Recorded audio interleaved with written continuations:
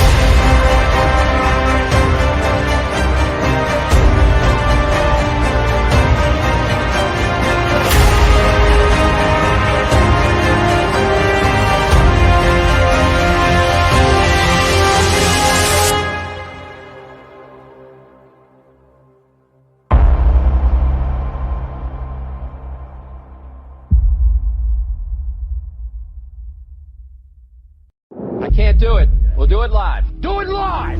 I'll write it and we'll do it live! Mister, will you please wake up, wake up, wake up, wake up, wake up?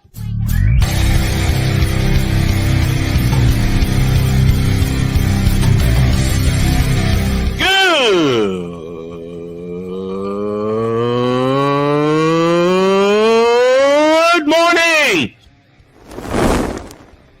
Snowman here to all you Brock Purdy and San Francisco 49er haters. Shut up. I got to thank you, Shane. I mean, whatever happened to the games where breaking 100 points was, I don't know, unusual?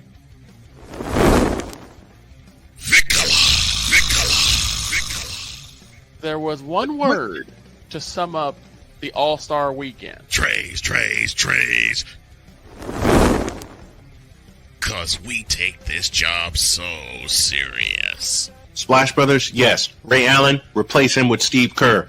Reggie Miller, yeah.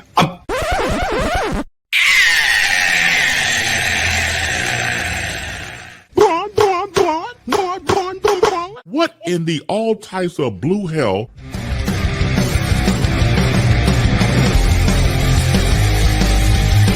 Oh, yeah!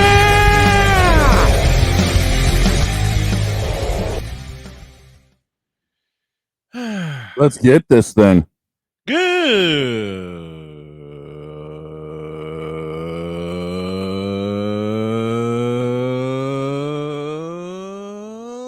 morning. Welcome to the wacky Wednesday edition of Snowman in the Morning. Glad to have y'all with us. We missed you yesterday. We got Back. some changes that we're going to make at the top of the year.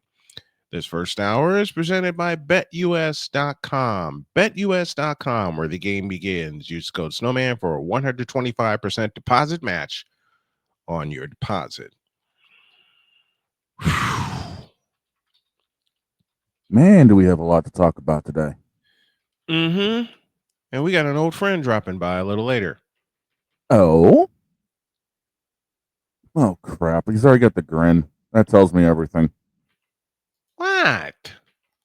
When you get that eating grin on your face, man, I usually got to strap in and get ready for something huge. Aren't you always? No, I don't have the belts on right now. I just let things happen, man. No comment. Shut up. Too easy. It's too easy to pick on you this morning. Shut up. What in the all types of blue hell? I can't even complete the question because I'm laughing. Yeah.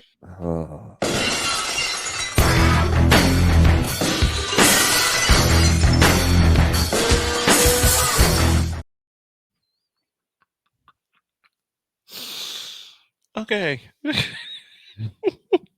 Do we know what we're doing? No. You know what? I know what I'm doing. Professionals. I know what I'm doing when it comes to this. Shut up, bitch. And this. So I realized that I think, even though it's not advertised, Right. there has to be a place for stupid people. We don't know because we're not stupid, so we don't know anything about it. It's like a secret club society. Oh my gosh. So I come to the conclusion that he graduated from SU, stupid university. Yeah, and all the stupid ass letters that go along with graduating, high honors of being stupid. I can't do no more, man. Vámonos, dominos, vamonos. Stupid university. Where everyone graduates. Magna cum stupid. I told you that was too easy. We ain't professionals. We just act like it on TV. We just act like it. The NBA Cup. Thank is God. over. Thank God. Thank God. Don't have to see those ugly ass courts anymore. Don't have to see the courts. Don't have to, at least for another year, don't have to see the courts. Don't have to see the uniforms. Don't have to hear about the damn thing. I hate to say it, but I think we're going to end up seeing the uniforms because a lot of teams did wear their quote unquote cup jerseys during non-cup games. Oh, no. Don't tell me that. Mainly the Don't Lakers. tell did. me that. Mainly the Lakers did that. Well, it is Wednesday. Be warned, everyone. I know. Yes. Yes, it is. My own wife said, "Baby, is it Wednesday?" Yes. She goes, "Oh, Lord." Yep. We come back on one of those Wednesdays. Oh, yeah. We come back to that. Milwaukee wins the NBA Cup 97-81 over the supposed Western Conference contender in the Oklahoma City Thunder. And someone posed a question to me this morning while I was busy getting started and getting ready for the day. And they said, well, Mr. Snowman, Mr. Sports Aficionado, I said, that's me. Is this an NBA final preview? Bishop No. O'Reilly, answer that question for me, will you please? Oh, you mean this? Hey, Bishop, you're up. Hell no. To the no, no, no. Hell to the no. Hell to the no. To the no, no, no. Matter of fact, this is what I chose for that NBA Cup supposed championship last night.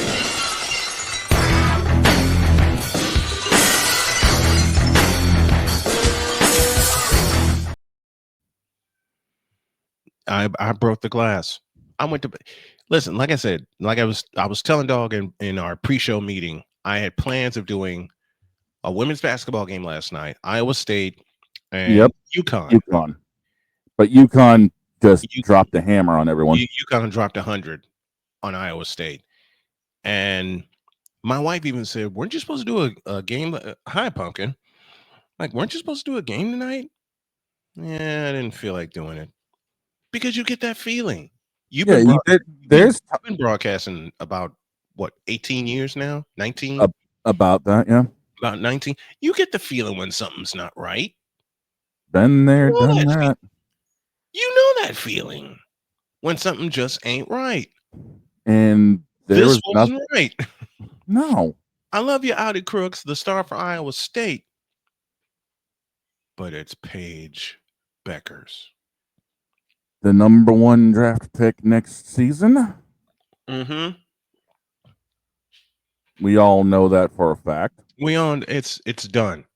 Just like we knew Caitlin Clark was the number 1 pick last year. Yeah. Wait a minute. The Bucks and Oklahoma in an NBA playoff picture matchup? What? Oh, wait a minute. No. I don't remember asking you a thing. I needed that. And I got one more for him. English, do you speak it? And since Arku's in the chat, Arku. Hey, what's going on, Arku? Now, those of you who know, we pick on everyone that comes in the Fanatics feedback zone because they pick on us in return. Yep. Oklahoma City will not see the NBA Western Conference Finals. No. I'm saying it with a straight face. And Arku says the NBA Cup is kind of fake. No, erase the word kind of. It is fake. I mean, why is it in Vegas? True. Why is it in Vegas? Why is there basketball in Vegas and not in Seattle? More to the point, why is there NBA basketball in Vegas and not NBA basketball in Seattle? I'll do one better. Why is there NBA basketball in Oklahoma City and not Seattle? That I'll do a video for later. I have my thoughts. I have my theories. I have my concerns. And I looking up here again. Did anyone actually really predict Oklahoma and Milwaukee in this to begin with? I didn't care at the start of the thing. I didn't care because it's December and not June. I want to talk about the NBA title in June, okay? Which will not see Oklahoma City, which will not see Milwaukee. I already made even though my Warriors are in a slump right now, and yes, they are in a slump. I've looked at this camera and I've said it a few times. It's December, okay? Beginning Christmas Day, they'll turn it around, and I still hold true to my prediction that it'll be Jason Tatum and the Boston Celtics against Stephen Curry and the Golden State Warriors. Exactly. I still hold true to that. I still hold true to that. Oh, by the way, Arku, to answer your question, Page played 29 minutes, 27, 2-2. And I've always loved Paige Beckers. I've always loved Paige Beckers. Yeah. Plays by CJ is with us. My Mavs will be back. No, they won't. No, they won't. You got Kyrie Irving as your point guard, for God's sakes. That should tell you everything you need to know. Stop it. Get some help. I love you, CJ. CJ's a Cowboys fan and a Mavericks fan, and we've been picking at each other for years now. That's why I do it.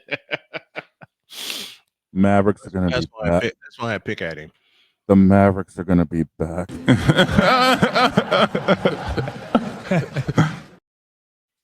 But we'll revisit this. I love you, CJ.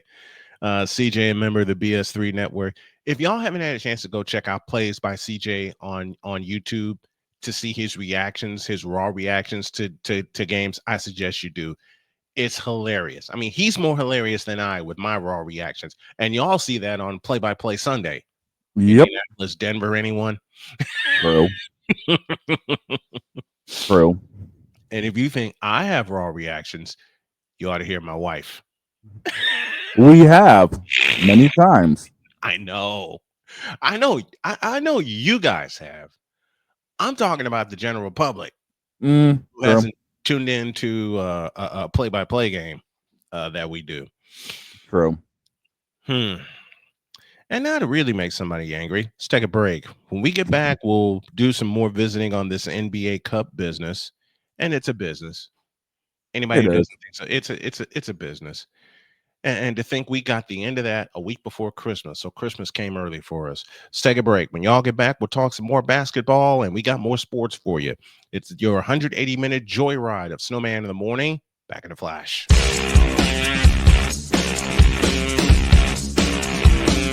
This is Snowman in the morning.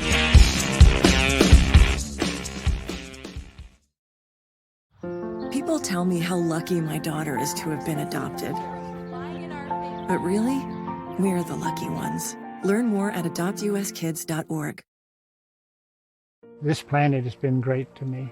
It's given me gifts that I can't even explain. It's given me adventures and memories I'll never forget.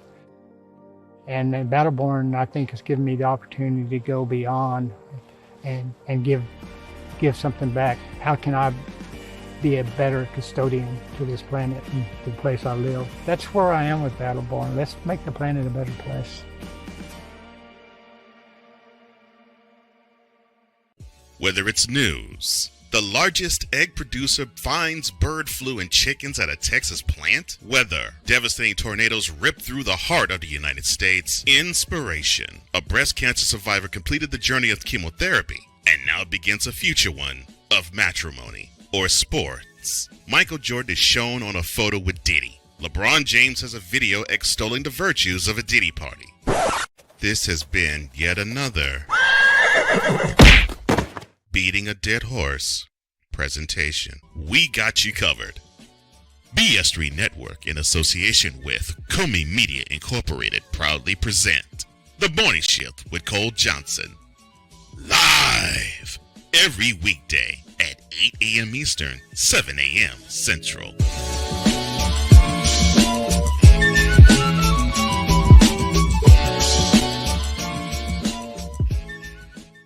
Here's an important message from the Diabetes Solution Center. Do you like pricking your fingers to test your blood sugar levels? No one does, but it's important to maintain your health. And now, by wearing a small remote device called a continuous glucose monitor, or CGM, you don't need to prick your fingers anymore. It's easy to use and helps you make more accurate diabetes treatment decisions. If you are testing your blood sugar 3 or more times daily, injecting insulin, or using an insulin pump, call the Diabetes Solution Center right now. And if you have Medicare or most major insurance coverage, you may be able to get a new CGM at little to no out-of-pocket cost. Shipping is free, and we'll even bill your insurance company for you. If you are testing your blood sugar 3 or more times daily, injecting insulin, or using an insulin pump, call the Diabetes Solution Center right now to learn how to end the painful finger sticks and get your own continuous glucose monitor, or CGM, at little to no out-of-pocket cost.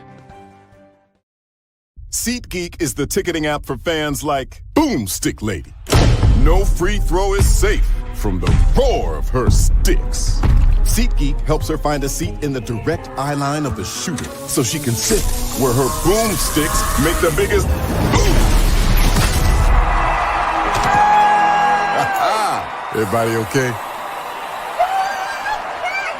SeatGeek handles the tickets to sports, concerts, and more, so fans can fan. Join the transporter to Hades. Your butt and gut becomes one. Join the reformer of hooker whores. This is my daughter, Placenta Booty Johnson. Join the bronze car. Whenever you are in distress, take off your baseball cap and throw it in the air. Join your very own superhero of broadcasting, Chris Bass. So whatever color crayon they get, they palm it and do 2 circles, and that translates to, I can beat up black people. As she takes you through the week's paces in Baseline.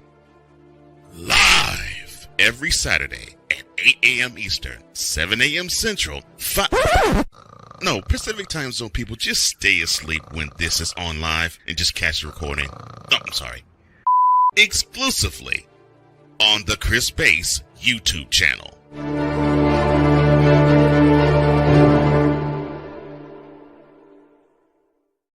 Mister, how do you operate this Twitter thing or this Instagram thing or whatever the heck?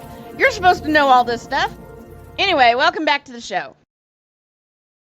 You know how you fix the NBA? As we welcome you back to the program. You know how you fix the NBA? You mean besides getting rid of LeBron James? Besides getting rid of LeBron, James Harden, Kyrie Irving, and the like. You get rid of the NBA Cup? Yeah, well, that too. You make teams draft centers. Yes. Better yet, the better way to fix all that is to go to the college level and actually make people play center. And that starts back at the high school level when you make them play center. Yep. Bring back the center position. That's how you fix the NBA. Make them actually play. And get rid of the zone, too. Get rid of the zone. I could see that. The zone has made NBA teams lazy. It has. Zone defense, when introduced by Adam Silver, has made NBA... Matter of fact, let me do this.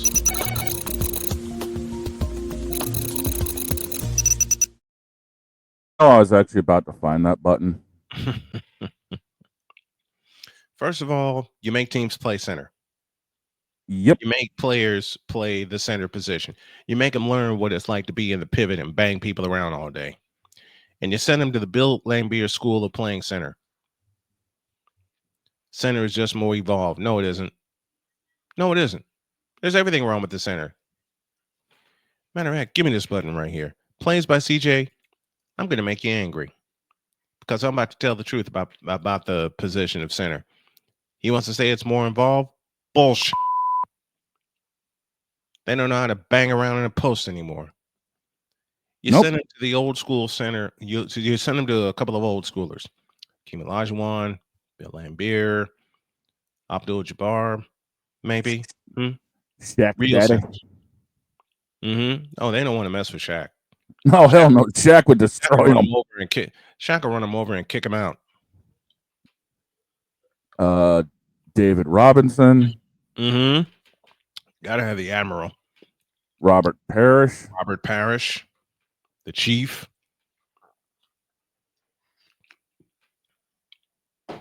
The days of a solid center in the NBA are gone. Yep. Because everybody wants to hoist threes. You know, I mean, and Jay said it on Monday. You don't let analytics dictate the game. Man, analytics. Hakeem, out of all those you just named, as CJ says, was probably the more evolved center that could play in dominant in today's game. Wrong answer. They all could. Dude, Because Shaq would average 50. Easily. Just being in the post alone. Easily. Just being in the post alone. You don't evolve that position. You teach them the basics. Man, Shaq would have triple doubles because once people got on him, he would be able to kick out to anybody who was wide open, and there'd be at least 3 people because they'd quad team him. Exactly. Learn your game before you challenge me. You know what else you do? You bring back the power forward position. Yes. You bring people into the league and you make them sign a side contract that says, I will learn to play my position.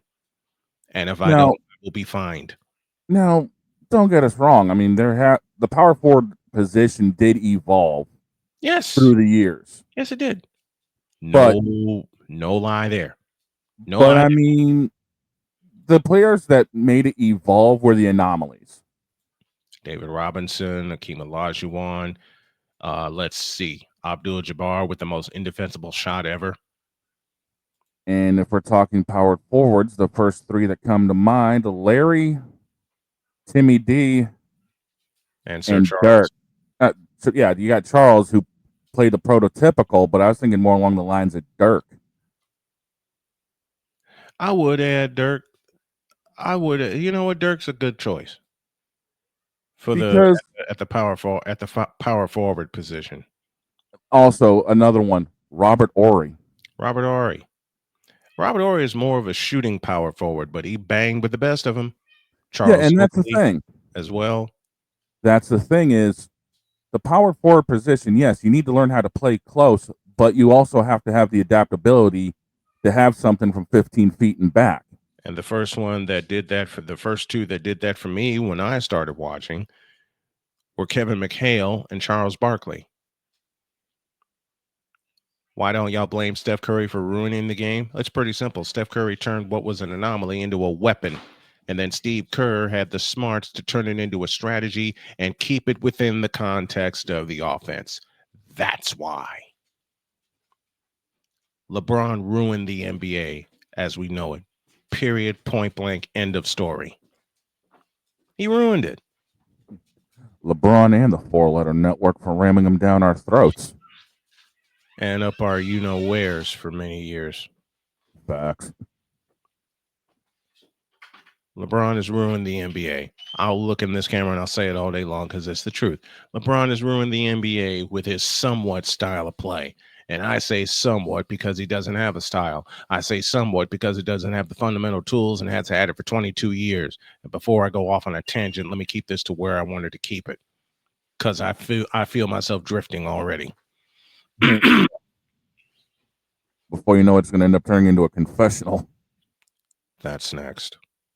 Huh? But listen, that's how you fix the NBA. Giannis, I include you. You need to go to school for centers. Now, Giannis has developed a jump shot, yes.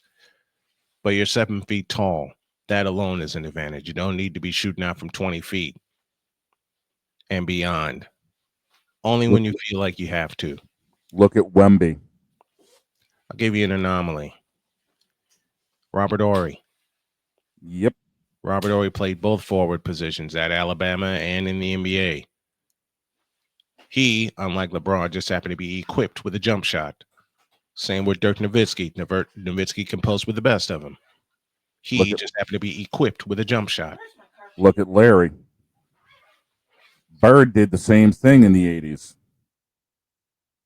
Plain and simple, he could bang with the best of them. He could also take it outside, and Bird was the biggest weapon for the Celtics outside of the Chief. So, I mean, you think about it, you got to be able to have the ability to bang with the best of them. Hey, Doc. You got to be able to bang with the best of them, but still be able to step outside to drop shots.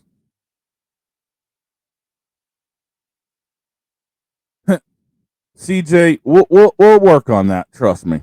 We'll work on that. We'll get with you. Hi, Doc. CJ, you ain't cooking on this show because you can't. You're a Cowboy fan. That should tell you everything you need to know about that. Ouch. Like I said, I tease him mercilessly, okay? Don't worry. CJ, I tease you mercilessly, okay? Like I was saying a second ago, Bird can also qualify in that as well. Oh, Bird played all positions, okay? Listen, and what did Doc say going out the door? Doc said, you have an opinion? Never. That's why I'm sitting here laughing. Joel Embiid has been doing that, and look how his career is turning out. Give me this button here. Joel Embiid. Now, Joel Embiid. Now, you Joel Embiid fans are not going to like my next sentence. But Joel Embiid is a and he's a I mean, not wrong. And he's never going to win a championship. So, Joel Embiid, you can just go ahead and go away because you're not a center. You're not a player. Okay? The fact that Philadelphia lets you shoot jump shots, that should be your problem right there. The fact that you think you're Charles Barkley when you can't even stay healthy. Hell, Charles Barkley has played through the worst of injuries. The only thing that kept him off the floor for a full year was an ACL. Yep. That's it. 1999.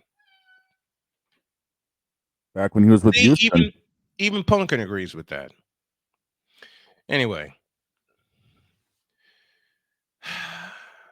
And CJ, of course I say this to you, Kennedy. Until you learn the game, don't come at the king. Because just in this chat alone, you missed several times over. That's Snowman's take. What's yours?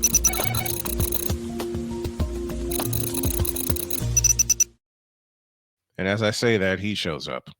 Man was throwing up more bricks than Russell. Mm-hmm. And Joel, does Joel Embiid have a post move that he commits to memory? No. I rest my case.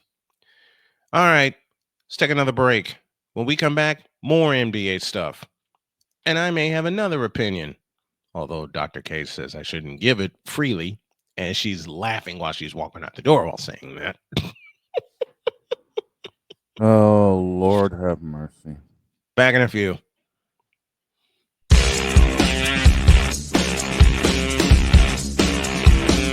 This is Snowman in the Morning.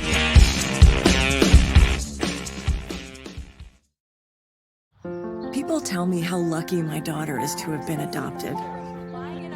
But really, we're the lucky ones. Learn more at adoptuskids.org. This planet has been great to me. It's given me gifts that I can't even explain. It's given me adventures and memories I'll never forget. And Battleborn, I think, has given me the opportunity to go beyond and give something back. How can I be a better custodian to this planet and the place I live? That's where I am with Battleborn. Let's make the planet a better place.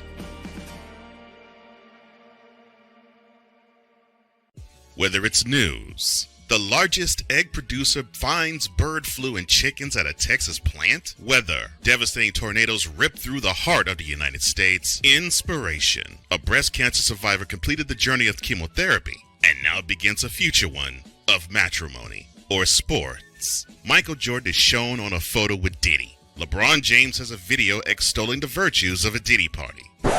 This has been yet another Beating a Dead Horse presentation. We got you covered. BS3 Network, in association with Comey Media Incorporated, proudly present The Morning Shift with Cole Johnson. Live every weekday at 8 a.m. Eastern, 7 a.m. Central.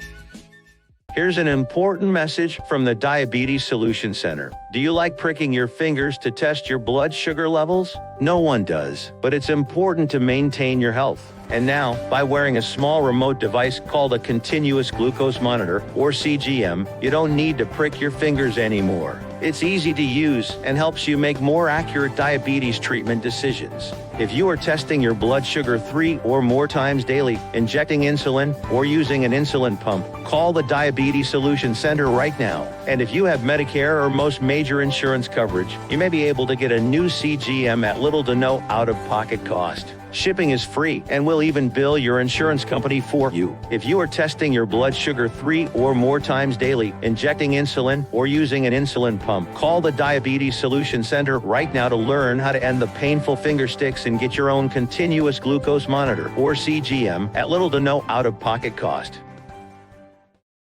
SeatGeek is the ticketing app for fans like Boomstick Lady. No free throw is safe from the roar of her sticks. SeatGeek helps her find a seat in the direct eye line of the shooter so she can sit where her boomsticks make the biggest boom. Everybody okay? SeatGeek handles the tickets to sports, concerts, and more, so fans can fan. Join the transporter to Hades. Your butt and gut becomes one. Join the reformer of hooker whores. This is my daughter, Placenta Booty Johnson. Join the bronze car. Whenever you are in distress, take off your baseball cap and throw it in the air. Join your very own superhero of broadcasting, Chris Bass. So whatever color crayon they get, they palm it and do 2 circles, and that translates to, I can beat up black people. As she takes you through the week's paces in Baseline. Live every Saturday at 8 a.m. Eastern, 7 a.m. Central, Pacific Time Zone people, just stay asleep when this is on live and just catch the recording. Oh, I'm sorry. Exclusively on the Chris Bass YouTube channel.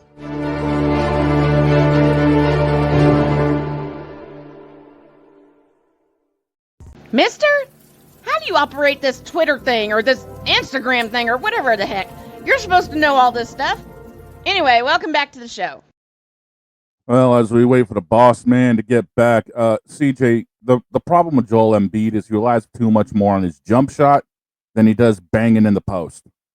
Joel Embiid is supposed to be in there as a post player. Okay, the jump shot is supposed to be more of a advantage if he needs it than trying to end up being somebody.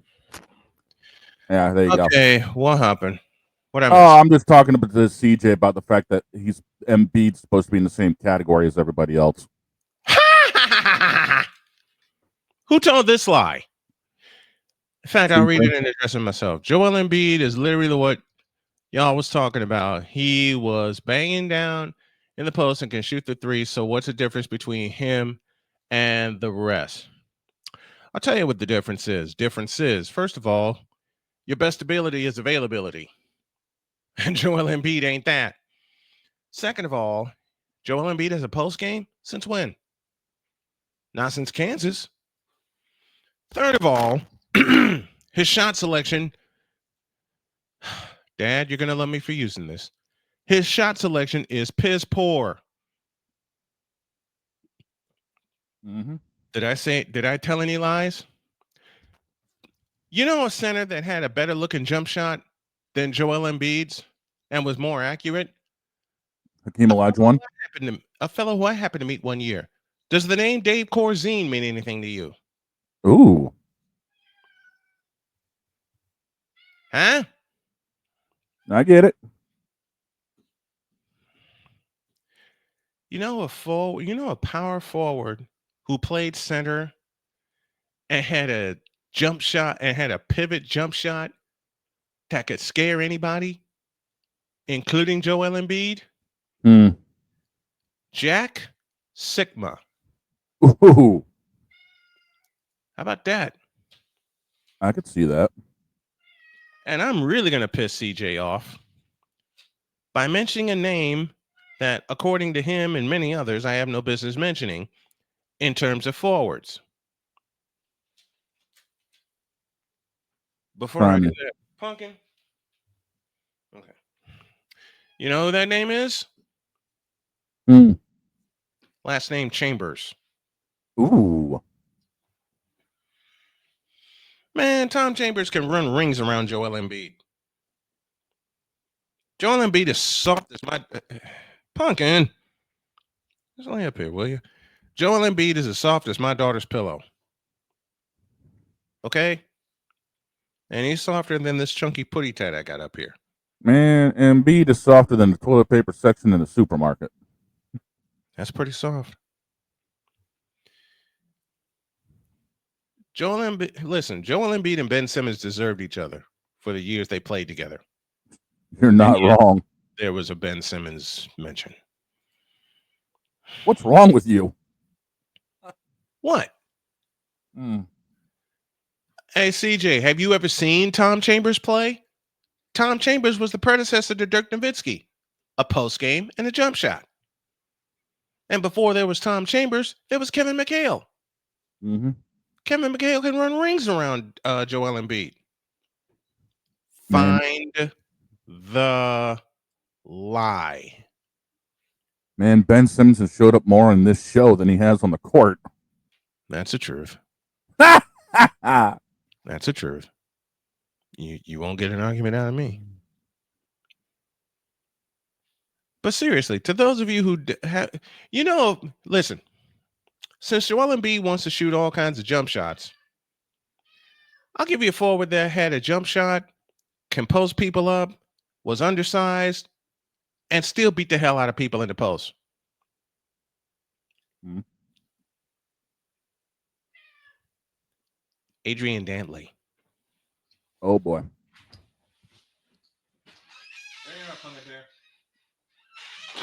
You went there. You darn tootin'. Man, Adrian Dantley could beat Joel Embiid down the court blindfolded. Because Adrian Dantley knew his way around the court, unlike Joel Embiid.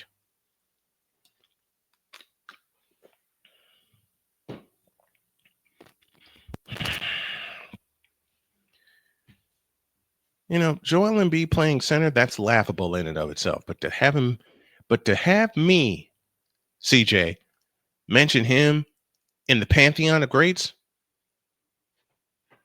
give me this button here. Where's Red? Red, where you at? Hang on a second. I know where old Red disappeared too. Bitch, please.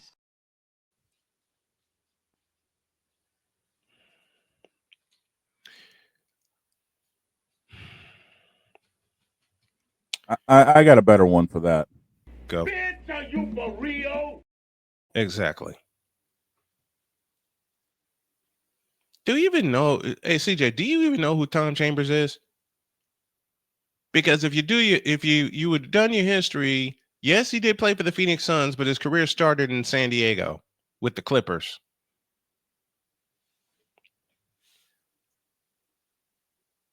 All I'm saying is he is exactly what you asked for in a post. Wrong. One little blink and Joel Embiid's flopping to the full floor worse than LeBron James is. Joel Embiid is not a great center. He's not even a good center. He's not.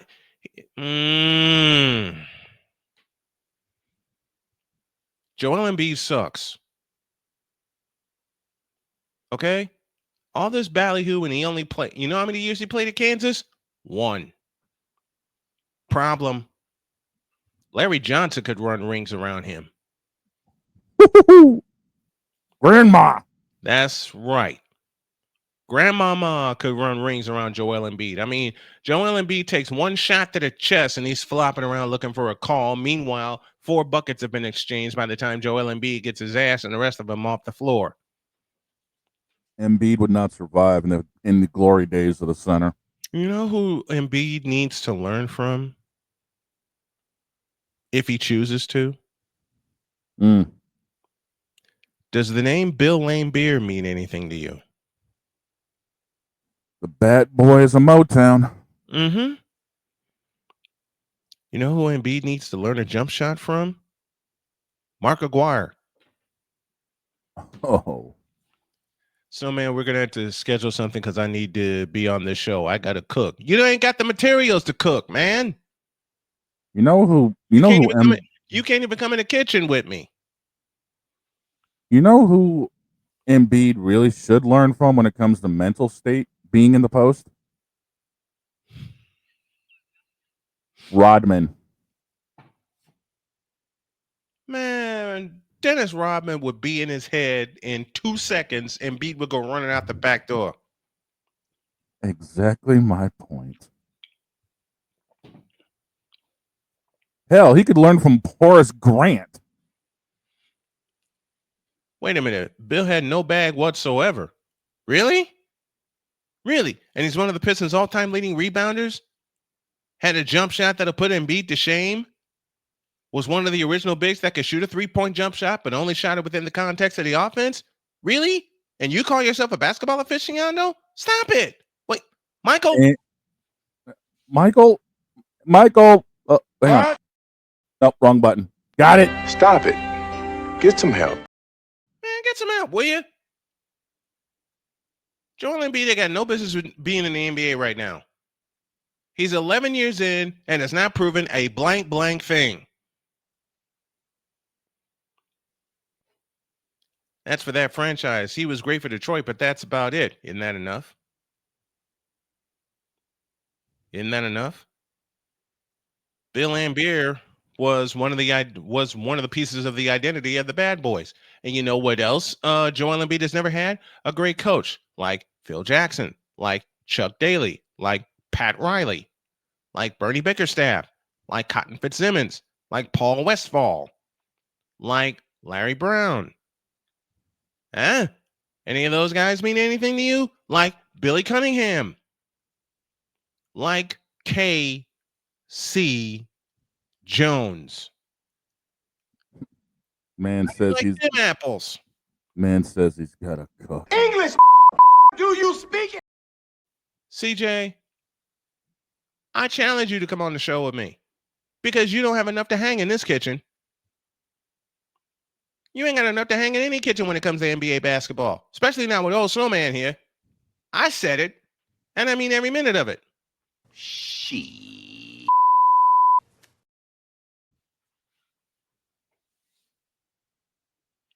You don't have the grapefruits to hang with me when it comes to NBA basketball. Period. Ladies and gentlemen.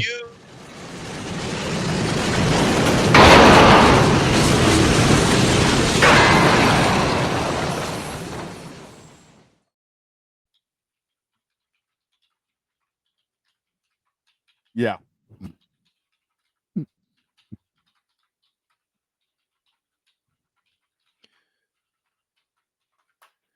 CJ, matter of fact, give me this camera.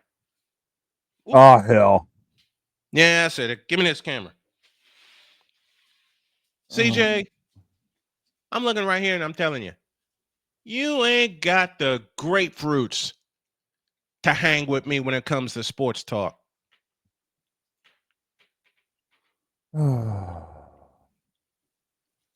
Walter Davis is probably not known outside of Phoenix, but he did great for the franchise, but he did nothing more than that. Dude, seriously? So you happen to mention one of my favorite shooting guards, the Greyhound, and you put that in your statement? I got you for this one. I got you. You fool! Thank you. You nut.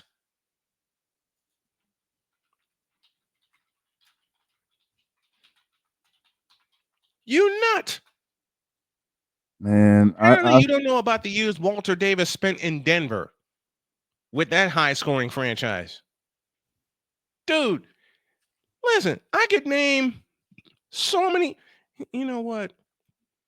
I can name you a small forward right now that spent his career with said Denver Nuggets and can run rings around Joel Embiid. You know his name? Alex English. Yeah, that's right. 6'7" out of South Carolina. Had a jump shot for days, had a post game for days, and could punch Joel Embiid in the mouth and kick him in the nuts and get away with it and sprint down court and get 2 points. How do you like that? Huh? All I gotta say is Joel Embiid as a serviceable center in the NBA.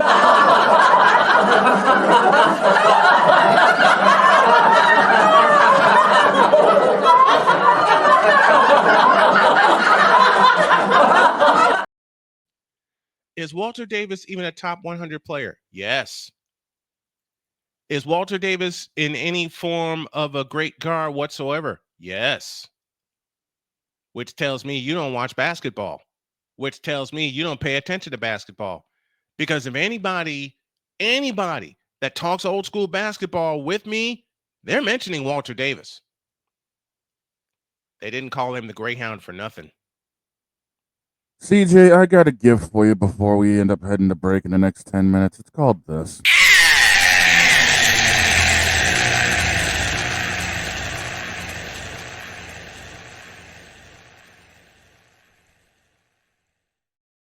Here's a cross reference for you. And I'm going to make the dog smile. Oh, God. Shane Victorino could hit a home run faster than Joel Embiid can hit a 3-point goal.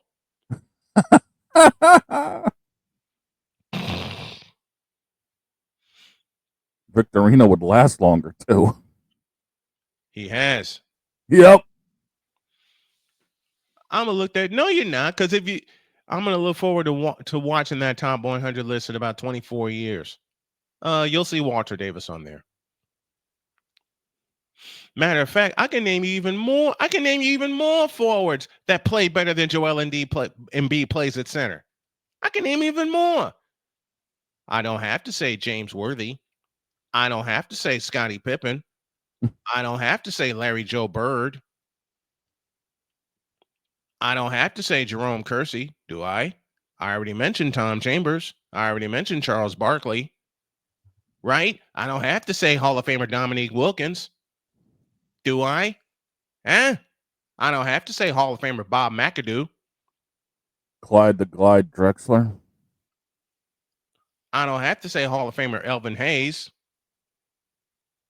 I don't have to say Bob Danridge, who played with the Washington Bullets. Not Washington, not this soft-ass Washington Wizard stuff. No, they were the Washington Bullets. Dr. J in the house, anybody? Oh, they don't matter, huh? Oh, they don't matter, huh? Then Joel Embiid plays smaller than the smallest version of Mini-Me on top of the world's smallest Hell in a Cell. Oh, God. Yes, I am channeling my inner Victor. And yes, I'm having fun with CJ because I love when CJ tunes in and drops these for us. All right, y'all got to understand. People pick on us and we pick back at them. That's it. Yeah, we just had a truth nugget drop by good old Damien. The problem with the NBA and sports in general today, it's gotten so soft and that all the players care about is money and fame more than the love of the game. I can name you a current forward right now that plays better than Joel Embiid. I can name you a current forward right now that plays better than Joel Embiid. Kevin Durant. Matter of fact, I'll go one step further. I'll tell you a center who didn't have a jump shot for nothing and yet can outplay Joel Embiid. Tell you that after the break. Yeah, we got a whole list, people, and trust me. And we're going to go through every one of them. Back in the deuce.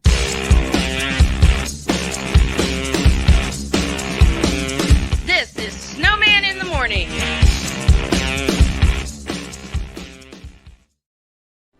Are you ready to upgrade your coffee game? Prepare for an invasion of flavor with Invader Coffee. It's the caffeinated elixir that fuels champions, the blend that pushes boundaries. Whether you're battling deadlines or exploring uncharted territories, Invader Coffee has your back. Join the invasion at invadercoffee.com and taste the difference for yourself. Use the code Snowman for 15% off your first order. Invader Coffee, veteran owned.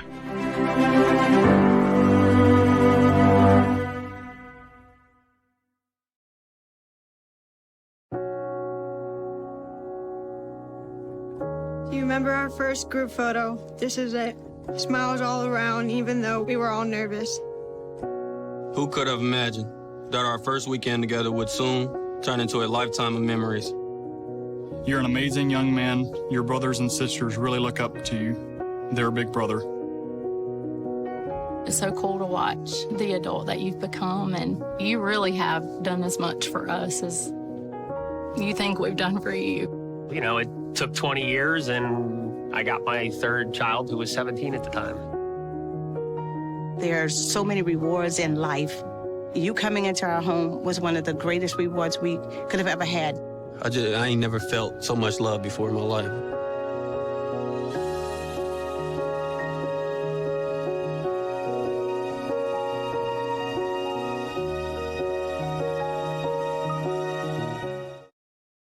SeatGeek is the ticketing app for fans like the High Five Strangers guy. Game-winning interception. First down. Just a nice, solid tackle. If you're in arm's length, you will be swapping skin with this extrovert. You see, he knows SeatGeek got him a great deal on tickets, so he can focus on what he does best, smacking palms. SeatGeek handles the tickets to sports, concerts, and more, so fans can fan.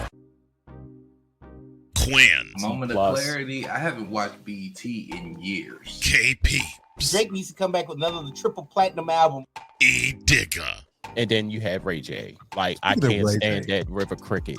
The Guru. Okay, the level of crack she's smoking, I don't want it.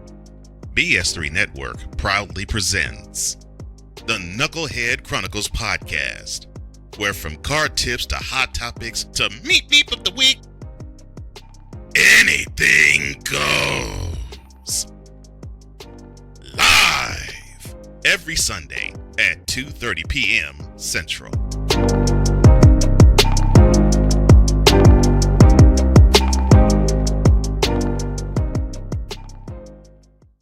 Sports bettors, listen up. Your favorite sportsbook, BetUS.com, is back and in our 30th year of action. With live in-game betting, incredible odds with daily odds boosters, props and parlays, fast payouts, and exceptional one-to-one customer service, we got it all. And when you sign up today and use the code Snowman, you will get a 125% deposit match on your deposit. Log on to BETUS.com or call 800-792-3887. That's 800-79-BET-US. BetUS.com, where the game begins.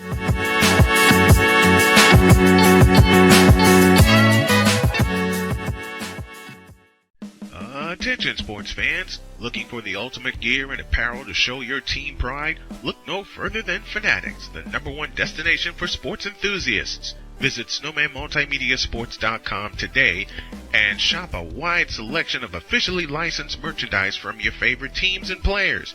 From jerseys to hats to accessories to collectibles, Fanatics has it all. Don't miss out on the chance to elevate your game day experience. Head over to SnowmanMultimediaSports.com/Fanatics and gear up like a true fan with Fanatics. Officially licensed everything.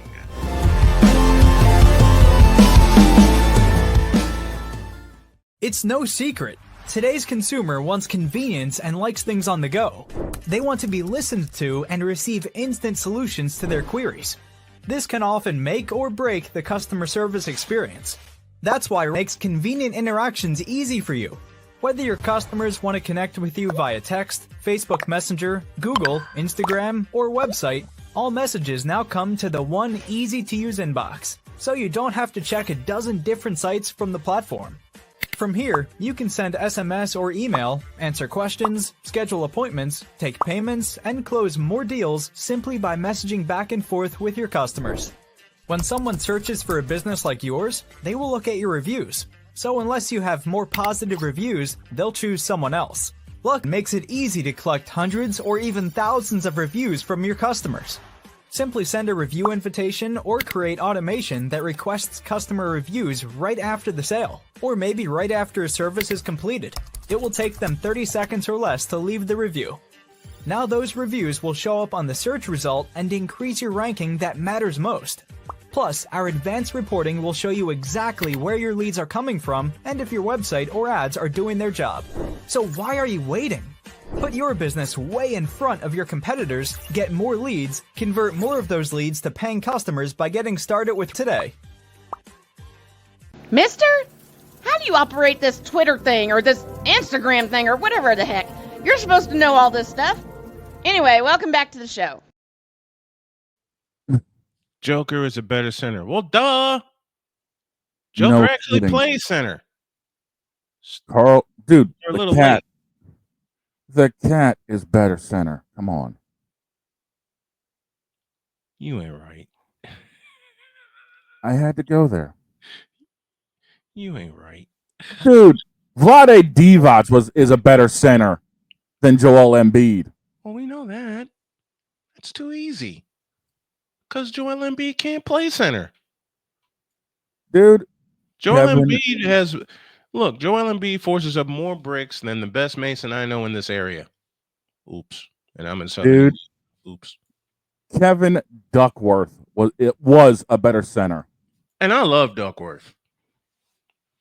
I love Duckworth. Matter of fact, I'm going to give you the reins for a bit. Oh, boy. Oh, boy. Talking about better centers.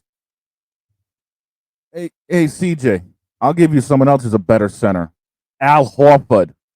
Yeah, I went there. Al flippin' Horford. Finally got the ring he deserved. How about them apples? All right, Pau Gasol was a better center than Joel Embiid. Give me a break with this. Joel Embiid's a good center. Come on. Ben Wallace, for crying out loud, was a better center. Coming at us with this Embiid bull. Man, come on now. Saying Joel Embiid's a good center. We gotta pause that.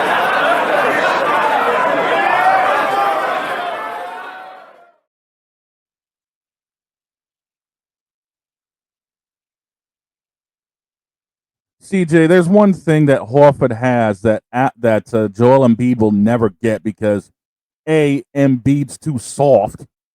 Yes, I said soft. Not soft, soft. And B, Philly doesn't have any idea how to utilize Joel. And that, my friend, goes on this finger. Be a ring, homie. Embiid will never get one. Man, Bill Walton was a better center. Come on. Talking all this trash on Joel Embiid. Give me a break.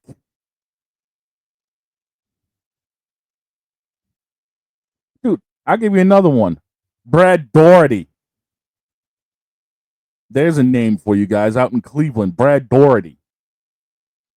Daugherty would take Joel to school. Cut me some slack here.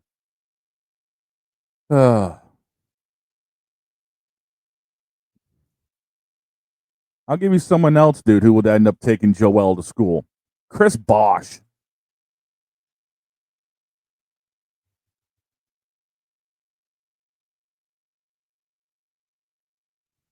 Don't bring up the ring situation. Dude, the ring is a telltale. Okay? Philadelphia doesn't know how to utilize Joel Embiid. Joel Embiid don't know how to utilize Joel Embiid. Okay? Joel Embiid has got way too many problems to even think he's a center right now. All right, he thinks he's a shooting guard that's 7 feet tall. He jacks up more shots than most anybody, and he falls apart come playoff time.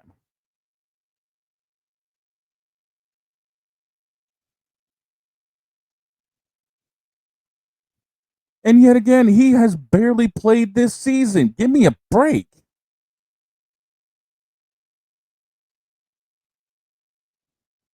Where has this man been all season long?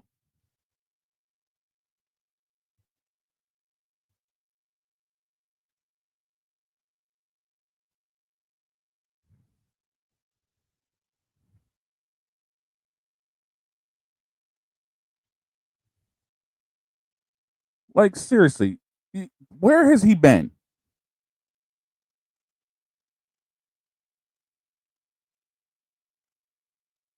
Bill Walton was not, fragile as hell. The games he played, Bill Walton was far superior than most any center we've got in the game right now. Cut me some slack here.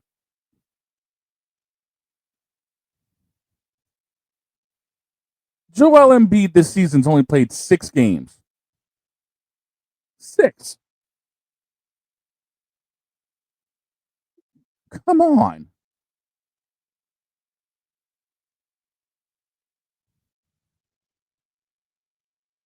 This is ridiculous.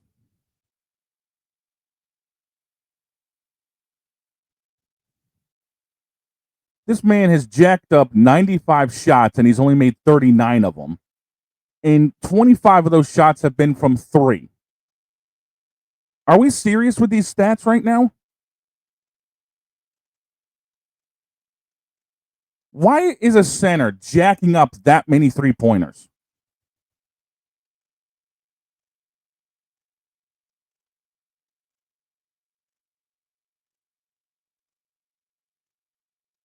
Dennis Rodman would cook Embiid in his wedding dress. You're not wrong. You're not wrong, Damian. You're not wrong. Dennis Rodman would cook him and then end up going back out with Carmen Electra. Come on.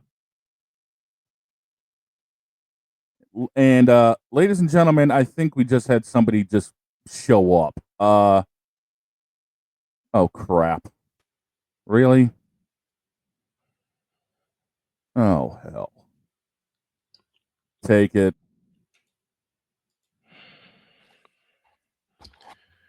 Joel Embiid, you's a bitch.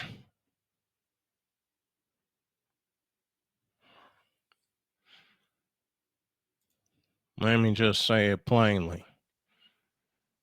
Yeah, I got you on that one. I had you. Quit pushing them damn buttons. I'm doing my job. You beat me to him, man. Come on. Shut up. Joel Embiid used a sorry excuse for a center. There are so many players, past, present, maybe future, that are better than you. Ain't even funny.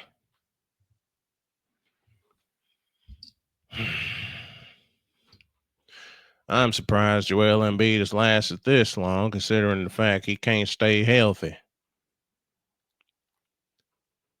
And yes, CJ, Bill Walton played a better center. The late, great Bill Walton played a better center than Joel Embiid. Embiid. Joel Embiid.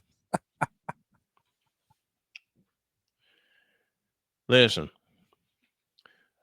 there was a fellow by the name of Maurice Lucas that played better at his position than Joel Embiid did at his. There was a fellow, I think, what's his name? Kevin Duckworth? Yeah, Kevin Duckworth. That played better at his position than Joel Embiid does at his. See the difference between some of the players that we named and the players that you want to contend with? They can't play. Oh God! And I'll answer a question that CJ, which is a good buddy of ours, said earlier. Why don't we blame Stephen Curry? It's pretty simple, because Stephen Curry is accurate. Because Stephen Curry can play the game correctly.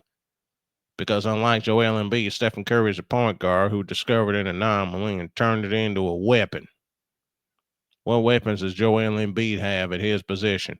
I'll answer that for you. None. Joel Embiid is about as soft as my daughter Donna's pillow. That's pretty damn soft.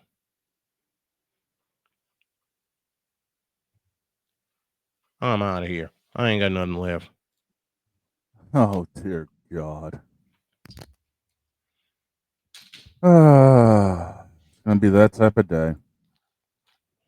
It's gonna be that type of day. Okay. We're gonna have a little fun.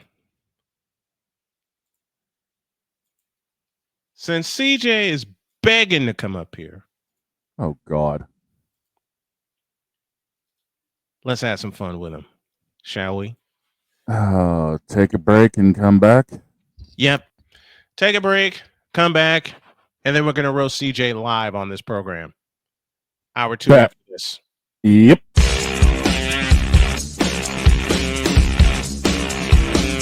This is Snowman in the morning.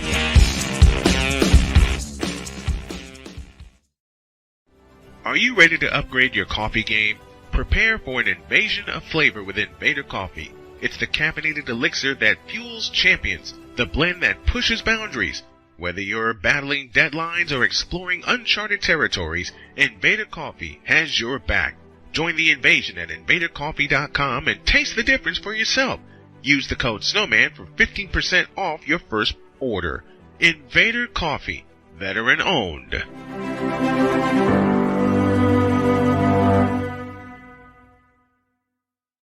One of the great things about ordering meals from Mother of Macros is that you can do it from the comfort of your own home. Click the national or local delivery link to access the menu, and we'll ship the meals right to your door. We understand you won't always have time to plan, shop, prepare, and cook to provide healthy nutrition for your family, so the process is simple and saves you hours. We know you're busy, so our meals are professionally prepared and packaged. You only need to heat them up and enjoy. We provide macro-balanced, delicious meals chock full of fresh, local ingredients with none of the stuff you don't want to eat. Plus, our menu changes every week, keeping your taste buds wanting more. We take care of your meals so you can worry about everything else on your list. Mother of Macros.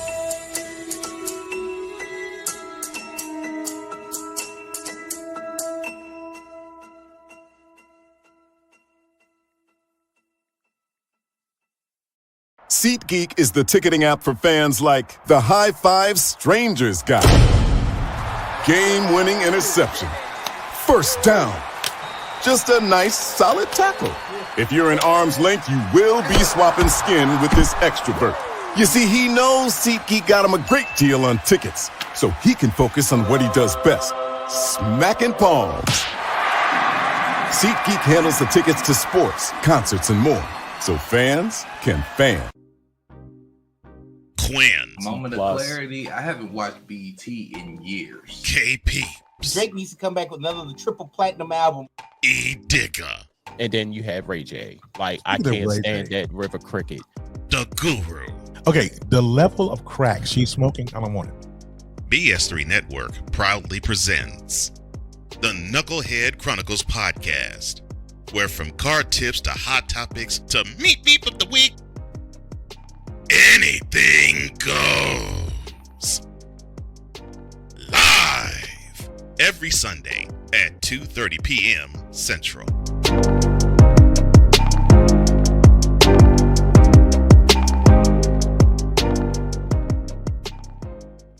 During bad weather, driving can become downright dangerous. What's your emergency, please? Trust Battle Vision Storm, the revolutionary glare reduction glasses that turn your sight bright during bad weather at night or during the day.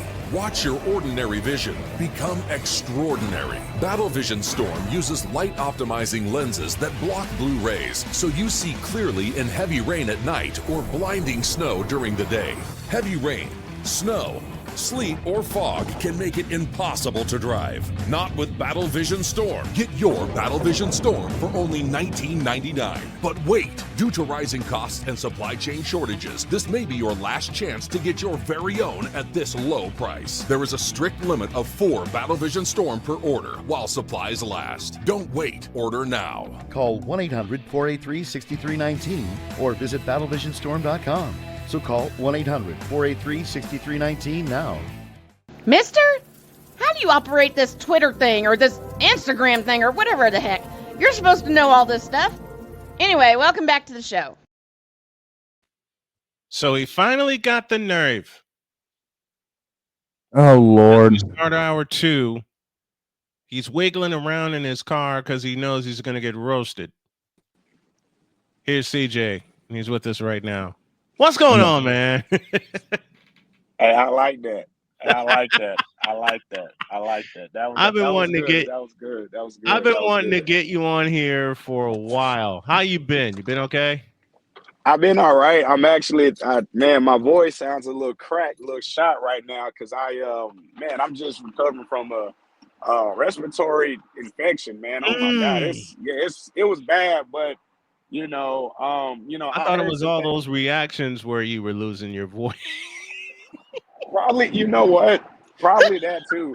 Like, I'm not gonna lie to you. That's probably like not healthy for me. The way I be screaming after every pick, after every miss. But you know what? Hey, listen. Hey, we can't talk about the Cowboys today. Maybe another day. Honestly, there's nothing to talk about. But Man, you ain't had nothing to talk about in Dallas for ages. Let's be real.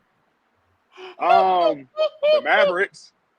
The Mavericks. Who are they? But the team that went to the and got championship. and got spanked one-handed by Jason Tatum. Hey, so where was the Warriors at? Oh, we were sitting at home okay. getting spanked by the I just king. wanted to make sure. I just wanted to make sure. Okay, but which one of our teams has the most recent championship? That would be the Dubs. Thank you very much. Right. You're right. And we had to go. No, you're right. And the bad part is we had to go through Luka and the Mavericks to get there. Okay, so everybody's cool on that. If y'all don't know about CJ and I have been picking on each other since we met. Yeah. All right. So we just, I finally had to get him on here, just to have fun with him. And he's been begging to come up. He's been begging to come up here because when he gets a chance and he tunes in, he's like, man, you can't talk about my team like that. Why not? You do.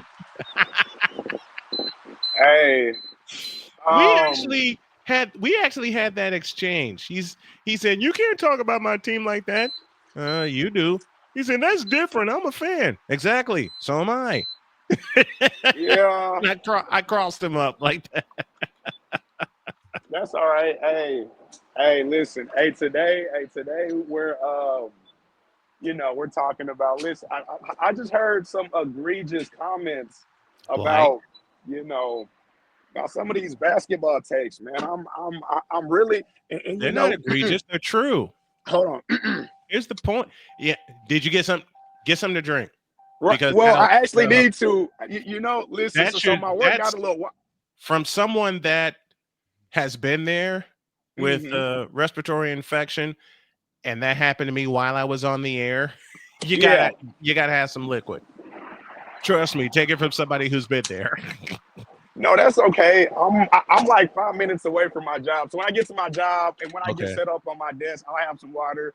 Okay. And, I have my own office and stuff. So what's so egregious about some of the players we've mentioned? Okay. So let's start with Joel Embiid. So first off, hold on. So first, let me tell y'all this, right? When I tell you, I'm like, my feelings on Joel Embiid has changed. Mine hasn't. He was soft when he came in, and he's soft now. No. I think this, right? Wait a minute. Okay, so what are we calling soft? Are we calling Joel soft? Embiid, that's who we're calling soft. James Harden, that's who we're calling soft. Okay, now are we calling them soft because of what? Because of injuries? Are we calling them soft because of what, failures to make playoffs? Like, what are we calling soft? Option Just so I C, can know all of where the to go. option C, all of the above. Okay. You ain't gonna Understood. sneak one, CJ. You're not gonna sneak one past me because I haven't had a chance on air to make you laugh yet. No, I got you. I'm just gonna sit back and watch you two go at it here. No. So okay, no. So first, so we're talking about Joel Embiid, right? So why is Joel Embiid considered soft when Have you during seen him the play? I have Have you seen him seen play. it? Have you I've seen also him play? Yes, I've seen him play, and I've also seen him play through injuries. I've also seen him play through illness. I've also seen it play because literally, to be honest, I really blame the Sixers organization because they're the ones that keep on. I mean, it's like they're not letting him rest at all. He literally has to do it all. Even when they got Ben Simmons, when they had Markelle Fultz, when they had all these players, these complimentary players, it's always come down to, okay, Joel, we need you. We need you. And unfortunately, Joel's body cannot keep up. But it's the fact that he still tries to give it his best. Yes, he be running slow on the court. He looks like, I mean, he looks a little lethargic out there, but still, I respect him because he gives it everything he has when he's on the floor. He'll try anything. So, I mean, I'll give him his props. Now, if we're talking about prime Joel Embiid, I'm talking about when he's healthy. I'm talking about MVP when he should have won it over Jokic that one year, and No. then the other year. Okay. No. Okay. No. Okay. So Jokic was the MVP, period. Joel Embiid didn't do enough to win the MVP. I feel like it was opposite. I feel like the year they gave it to Joel Embiid was when they should have gave it to Jokic, and I feel like when Jokic won it, they should have gave it to Embiid. Wrong. That's how I feel, honestly. I feel like that's what's Jokic earned it. Jokic has earned the MVP. So did Joel Embiid. No, he hasn't. You tell me a reason why you think Joel Embiid, dear God help us, this could be a long list, deserve the MVP over Jokic. I'll wait. That's okay. I got you. So that season alone, I remember, and I don't have the stats with me, but that season alone, Joel Embiid was literally cooking. I'm talking about as far as points and rebounds. I'm not talking about wins. I felt like the wins, I remember I was looking at something.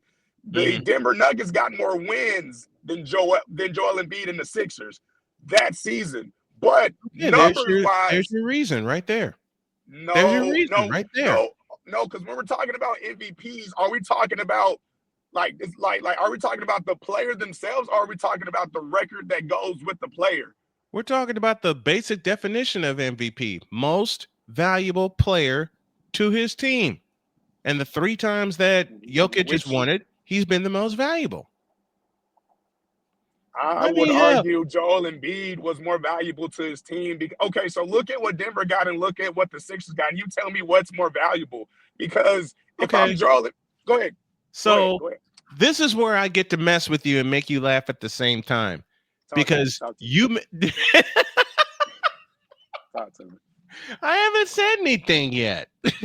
I know you're going to say something egregious, but go ahead and talk to me, though. Go ahead. Egregious? When have I ever... Okay, this is an obvious joke. This is my friend CJ, and I have to do this joke. When have I ever said anything egregious about you and your teams? All the time? Okay, good answer. I was about to say, when have we not been down that road on this show? Listen, hey, I'm not going to lie. There's been some facts I just have to sit there and eat. Like when y'all talk about the Cowboys, I got just like, well, yeah, okay, you got me there. I will throw a shameless plug in here for CJ. If y'all haven't subscribed to his channel, I suggest you do, and not just for his reactions, but for the way that he breaks down plays and for the way that he breaks down games. I'll tell you what turned me on to CJ is this year, as a matter of fact, when the Cowboys played the 49ers, I was out driving. Yeah. And I saw his initial reaction after the fourth and 10. And I'm sitting in my car dying because I think you showed a shot of the score. And then he just went completely off. Yeah, that was. Give me 1 second. I'm getting some office and stuff so I can. I was about to say, dude, don't feel bad about being a Dallas fan. I'm a New England fan. It could always be worse. Hey, we've all gone through it this year. All right, we're up against the break, but CJ, feel free to come on the show anytime, man. We love you. Thanks for coming up, man. And you and I will have a podcast together soon. I promise. Listen, wait, before we go, we definitely need to when my voice gets right, we definitely need to go back and forth because those list of players you named that was better than Joel Embiid, some of those was egregious. You probably maybe said two CJ, players that I was like, okay. CJ, But I got a because I longer know list than that. Listen, CJ. Go ahead. I have a longer list than that. Hey, don't even get me started on LeBron. Don't even get me started on Don't LeBron get and your me boy Steph. Don't get and your me boy Steph Curry. Listen, Steph is better than LeBron, and he has been since he's been in the league. I'll leave you with that. Get going, man. We love you. We'll talk to you soon. You got it, man. I got a feeling the next time he's on here, it's going to be at least 40 minutes. At least. We got to have him on longer. He was on his way to work, but I'm glad. Yeah. CJ, I'm glad you came up for the time that you did. Our boys from the Strikeout Beer podcast are with us this morning. Rapid Dave is with us. What's up, Dave? Are you not entertained yet, folks? And to think that we're just heading into halftime here. Oh my gosh. And I got a surprise for hour 3. Oh boy. But we got to complete hour 2. And to complete hour 2, wrong button. No. Wrong button. This has been yet another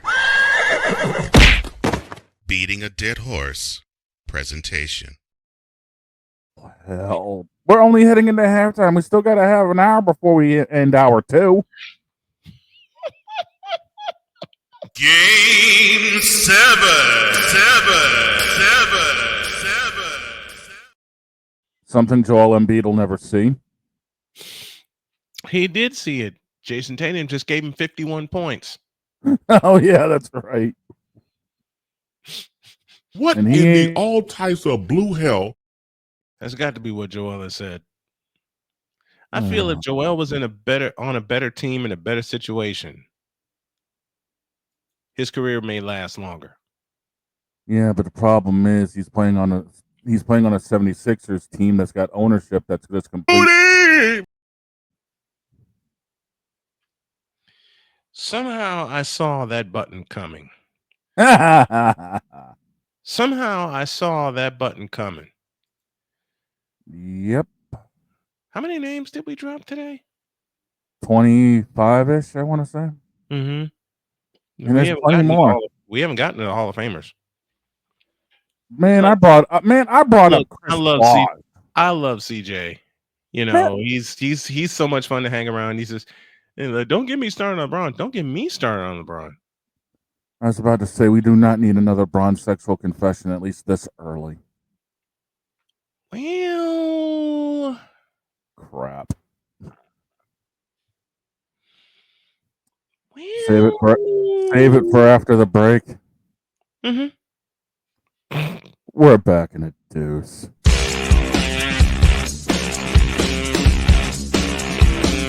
This is Snowman in the morning.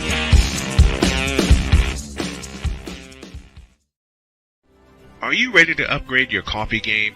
Prepare for an invasion of flavor with Invader Coffee. It's the caffeinated elixir that fuels champions, the blend that pushes boundaries. Whether you're battling deadlines or exploring uncharted territories, Invader Coffee has your back. Join the invasion at invadercoffee.com and taste the difference for yourself. Use the code SNOWMAN for 15% off your first order. Invader Coffee, veteran owned.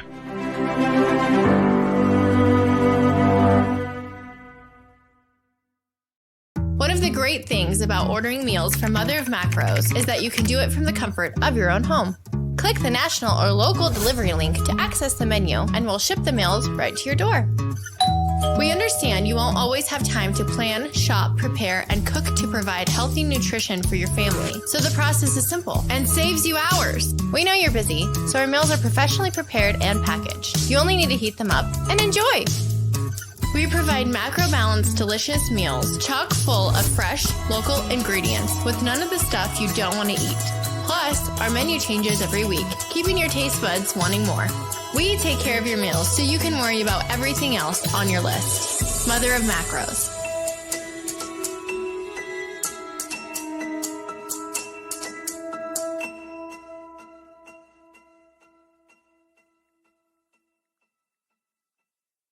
SeatGeek is the ticketing app for fans like the High Five Strangers guy.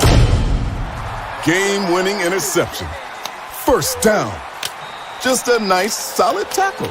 If you're in arm's length, you will be swapping skin with this extrovert. You see, he knows SeatGeek got him a great deal on tickets, so he can focus on what he does best, smacking palms. SeatGeek handles the tickets to sports, concerts, and more, so fans can fan. Quinn. Moment of clarity. I haven't watched BT in years. KP. Drake needs to come back with another triple platinum album. E. Digger. And then you have Ray J. Like, I can't stand that River Cricket. The Guru. Okay, the level of crack she's smoking, I don't want it. S3E3 Network proudly presents the Knucklehead Chronicles podcast, where from card tips to hot topics to meep of the week, anything goes. Live every Sunday at 2:30 p.m. Central.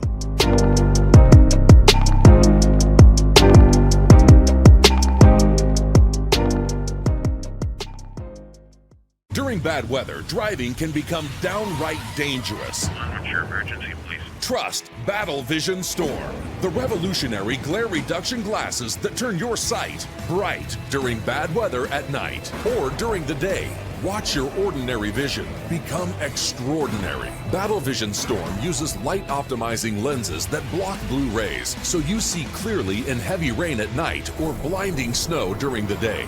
Heavy rain, snow, sleet, or fog can make it impossible to drive. Not with Battle Vision Storm. Get your Battle Vision Storm for only $19.99. But wait, due to rising costs and supply chain shortages, this may be your last chance to get your very own at this low price. There is a strict limit of 4 Battle Vision Storm per order while supplies last. Don't wait, order now. Call 1-800-483-6319 or visit battlevisionstorm.com. So call 1-800-483-6319 now. Sports bettors, listen up. Your favorite sportsbook, BetUS.com, is back and in our 30th year of action. With live in-game betting, incredible odds with daily odds boosters, props and parlays, fast payouts, and exceptional one-to-one customer service, we got it all. And when you sign up today and use the code Snowman, you will get a 125% deposit match on your deposit. Log on to BETUS.com or call 800-792-3887. That's 800-79-BET-US. BetUS.com, where the game begins.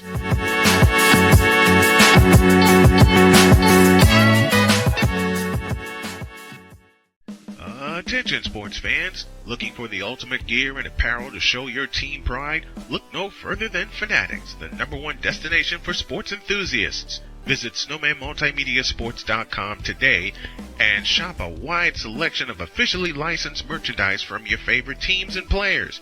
From jerseys to hats to accessories to collectibles, Fanatics has it all. Don't miss out on the chance to elevate your game day experience. Head over to SnowmanMultimediaSports.com/Fanatics and gear up like a true fan with Fanatics. Officially licensed everything.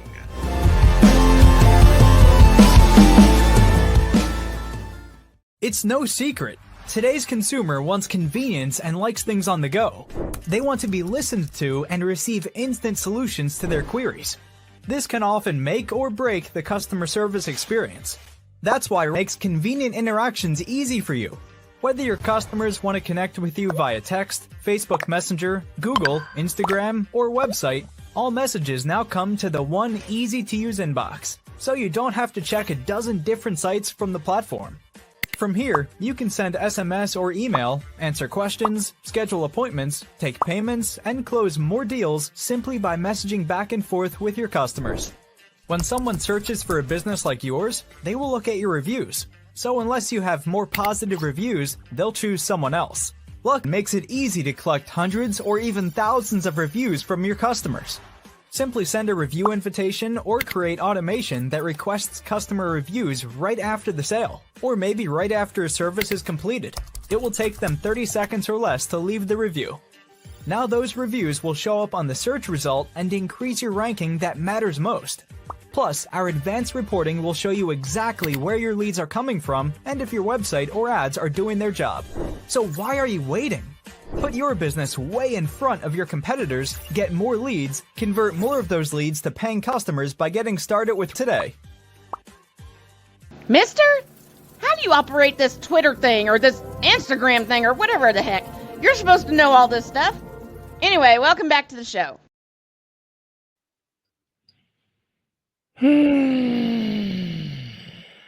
Oh boy.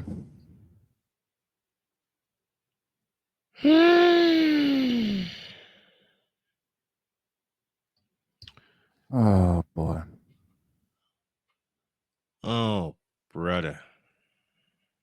Please tell me I don't have to hit the button.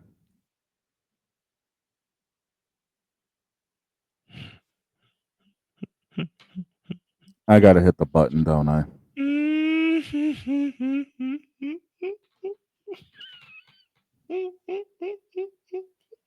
I'm going to hit the button.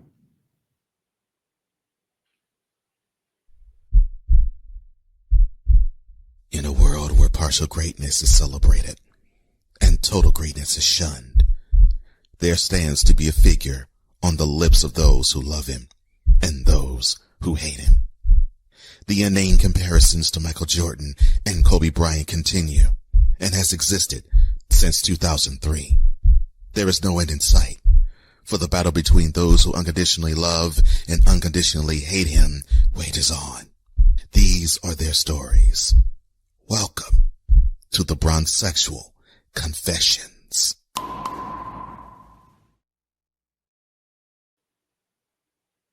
Dear CJ, you're not gonna like me. Oh no. Kwame Brown himself. Oh no. You'll like this one. You'll like this one. Kwame Brown himself said, quote, "The old school players wouldn't have any trouble with LeBron because at 39, he should have developed a mid-range and a post game, and he still hasn't yet. His game really hasn't evolved outside of a three and putting his head down and going to the basket." Close quote. Oh. I see no lies with that assessment. I don't either. I really don't. I see no lies with that assessment. None. I mean, it's been that way since he came into the league.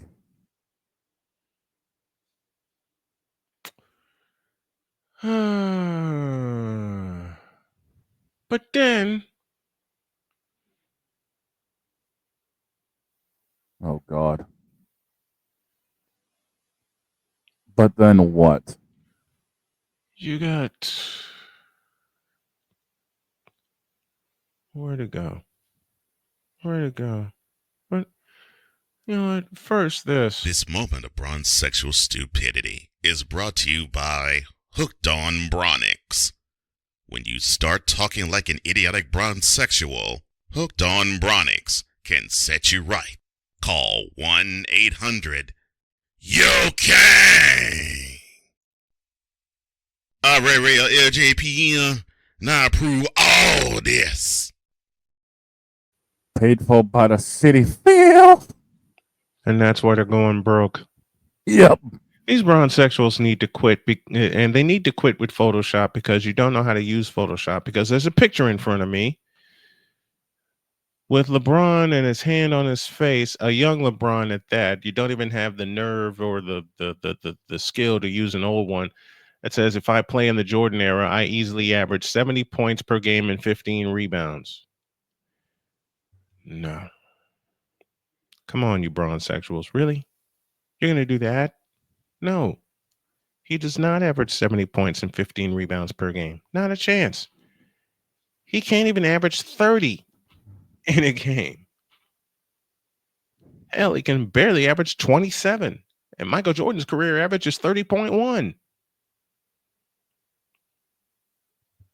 These idiots said in the heyday of the game, LeBron would average 70.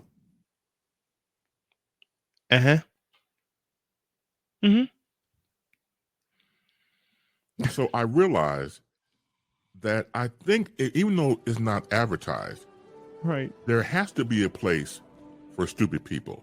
We don't know because we're not stupid, so we don't know anything about it, like a secret club society. Oh my gosh. So I come to the conclusion that he graduated from SU, stupid university. Yeah, and all the stupid ass letters that go along with graduating, high honors of being stupid. I can't do no more, man. Vámonos, dominos, vámonos. Stupid university, where everyone graduates. Magna cum stupid. Dear bronzexuals, you know what Jordan had that LeBron has never developed?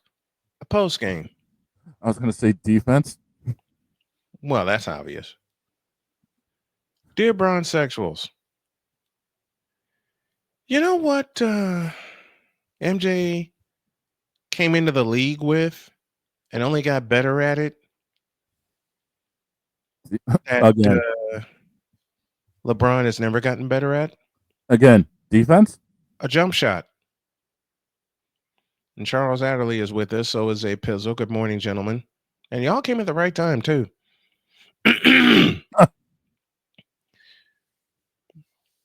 You know who played better defense than LeBron James ever? Reggie Miller.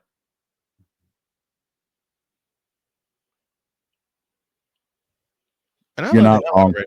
Listen, I love the hell out of Reggie Miller. Okay, if I had the de facto second team in the East, it would be the Indiana Pacers. Man, John Starks played better defense than LeBron. Mm-hmm. So these bronzexuals love retiring is quitting. Jorquit did it 3 times. Ramon James Go for Goat says retiring is quitting. You fool. Retiring is quitting? No, retiring means, in Jordan's words, you can do whatever you want. He won 3, retired, played baseball, came back, won 3 more. You know, I told you the hazards of doing this. I know. So why do you? Because it's fun. Because these sex. Listen, I don't look for this mess. This finds me. Yeah. At least MJ never walked off the floor with 10 seconds left in the game. True. And LeBron's done it several times. In the last couple of seasons alone. Mm-hmm. Anybody remember 2021? And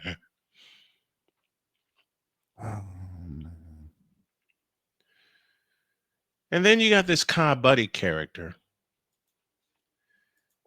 that says LeBron James in the 80s would have averaged 40, 15, and 12.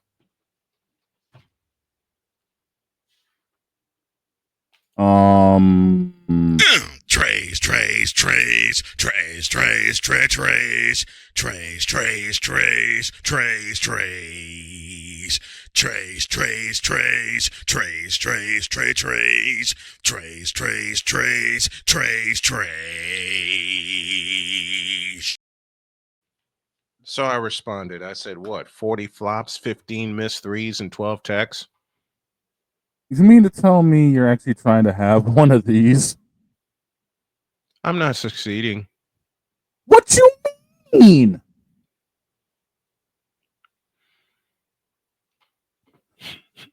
Oh, dear God.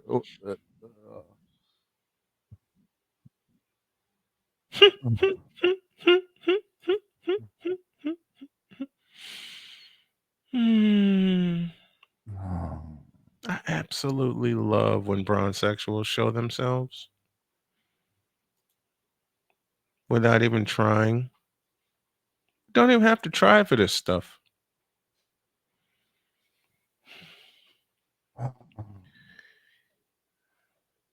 For this first part, I'll wrap it up with this. You know why LeBron's a 20-time All-Star? Because they don't have a choice but to elect him. He's a mediocre basketball. Give me this. LeBron James is trash. He's a mediocre basketball player. And unlike you people, you bronsexuals that celebrate your king, I know what good basketball is and you don't. Wait a minute. First part? You mean to tell me there's more? Mm-hmm. Unfortunately. So for this first part, I'll say, get out of my face, you thirsty bitches. In a world where logic and sense flies completely out the window, while purple and yellow glasses are donned, rises a figure who encourages ridiculous, undying loyalty. Good Lord, I'm about to throw up. This has been yet another installment of The Bronsexual Confessions.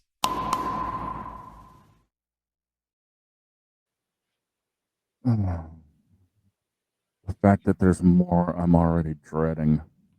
You shouldn't. Why? Because you're going to smile. Somebody decided to post a resume.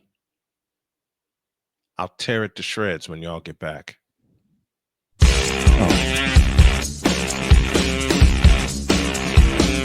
This is Snowman in the morning.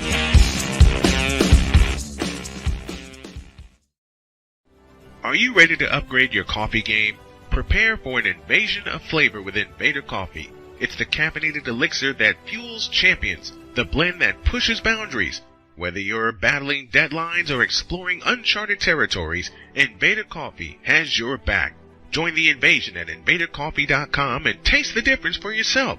Use the code Snowman for 15% off your first order. Invader Coffee, veteran owned.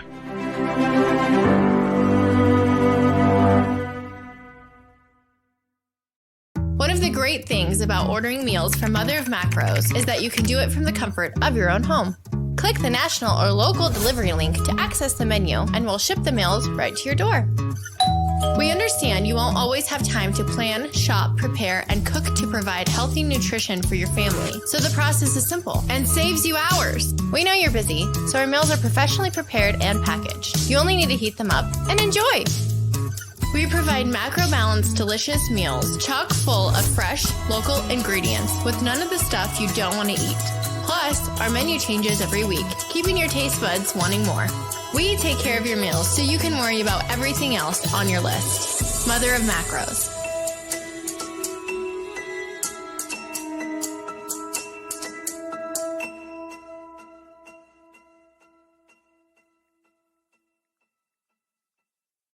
SeatGeek is the ticketing app for fans like the High Five Strangers guy. Game-winning interception. First down. Just a nice, solid tackle. If you're in arm's length, you will be swapping skin with this extra berth. You see, he knows SeatGeek got him a great deal on tickets, so he can focus on what he does best, smacking palms. SeatGeek handles the tickets to sports, concerts, and more, so fans can fan. Quinn. Moment of clarity. I haven't watched BT in years. KP. Drake needs to come back with another triple platinum album. E Digger. And then you have Ray J. Like, I can't stand that River Cricket. The Guru. Okay, the level of crack she's smoking, I don't want it. BS3 Network proudly presents the Knucklehead Chronicles podcast, where from card tips to hot topics to meet of the week, anything goes. Live every Sunday at 2:30 p.m. Central.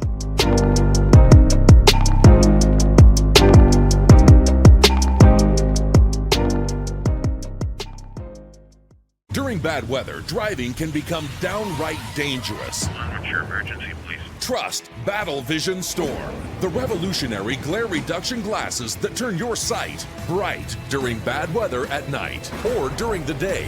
Watch your ordinary vision become extraordinary. Battle Vision Storm uses light optimizing lenses that block blue rays so you see clearly in heavy rain at night or blinding snow during the day. Heavy rain, snow, sleet, or fog can make it impossible to drive. Not with Battle Vision Storm. Get your Battle Vision Storm for only $19.99. But wait, due to rising costs and supply chain shortages, this may be your last chance to get your very own at this low price. There is a strict limit of 4 Battle Vision Storm per order while supplies last. Don't wait, order now. Call 1-800-483-6319 or visit battlevisionstorm.com. So call 1-800-483-6319 now. Mister? How do you operate this Twitter thing or this Instagram thing or whatever the heck? You're supposed to know all this stuff. Anyway, welcome back to the show. What now? So we put an end to this hour, and I unveil my surprise for the next hour.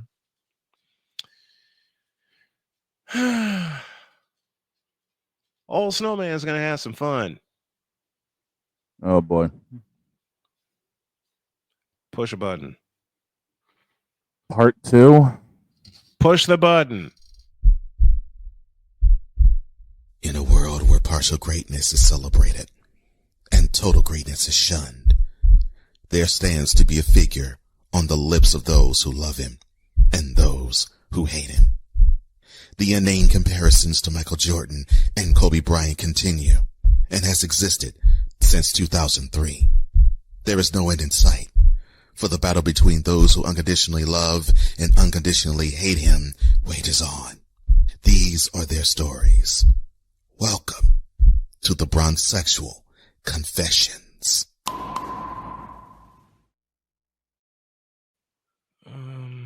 Before we get into that, oh boy, I gotta find something here.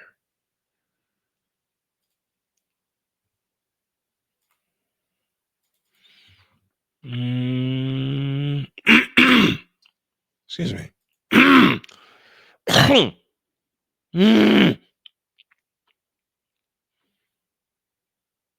What have you got to find?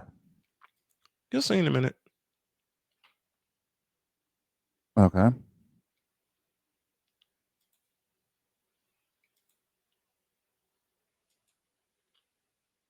Oh boy, I'm dreading this. You shouldn't. Anytime we deal with concepts, Pippen now looks to bring it in. They run away from him. 1-7. You see it in at the college ranks where they freeze a guy in line by making him a timeout and going after it. Now, as you said, Jim, the Bulls have to go right now. They can't. They're going to take it out on the across from their bench. And the Bulls will have to foul immediately. Now, because of the fact they have no timeouts, they have to keep their three-point shooters on the floor to defend here. Well, you watch Sick will be right out running to the ball. You better stay with him, whoever's got him. Cressy to throw in, and Horace Grant puts pressure on him.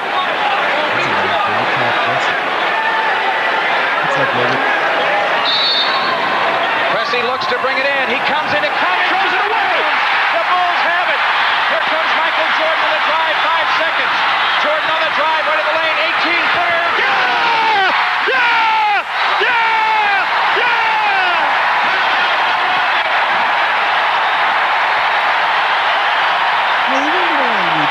I'll get to it.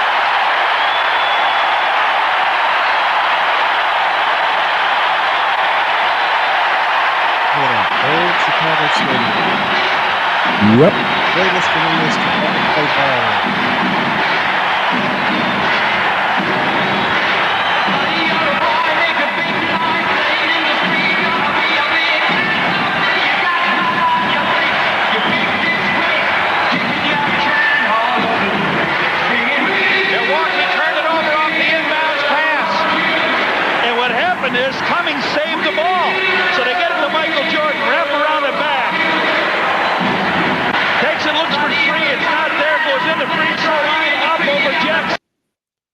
You see that lift?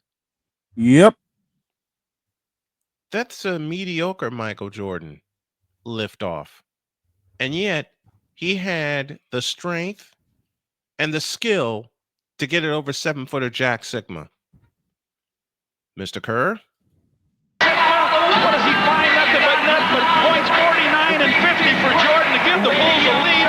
117 to 116. Michael loves it. This is their first lead in the second half. Remember, they were down 12 earlier in this fourth quarter. Michael Jordan has scored 27 of his 50. 27 of his 50 in the final 12 minutes. Now, why do I lead with that? Because these bronzexuals put together a GOAT resume for him. They did what? You heard what I said. Where's Paul Allen when I need him? Paul. Are you kidding me? Okay. I will read said resume.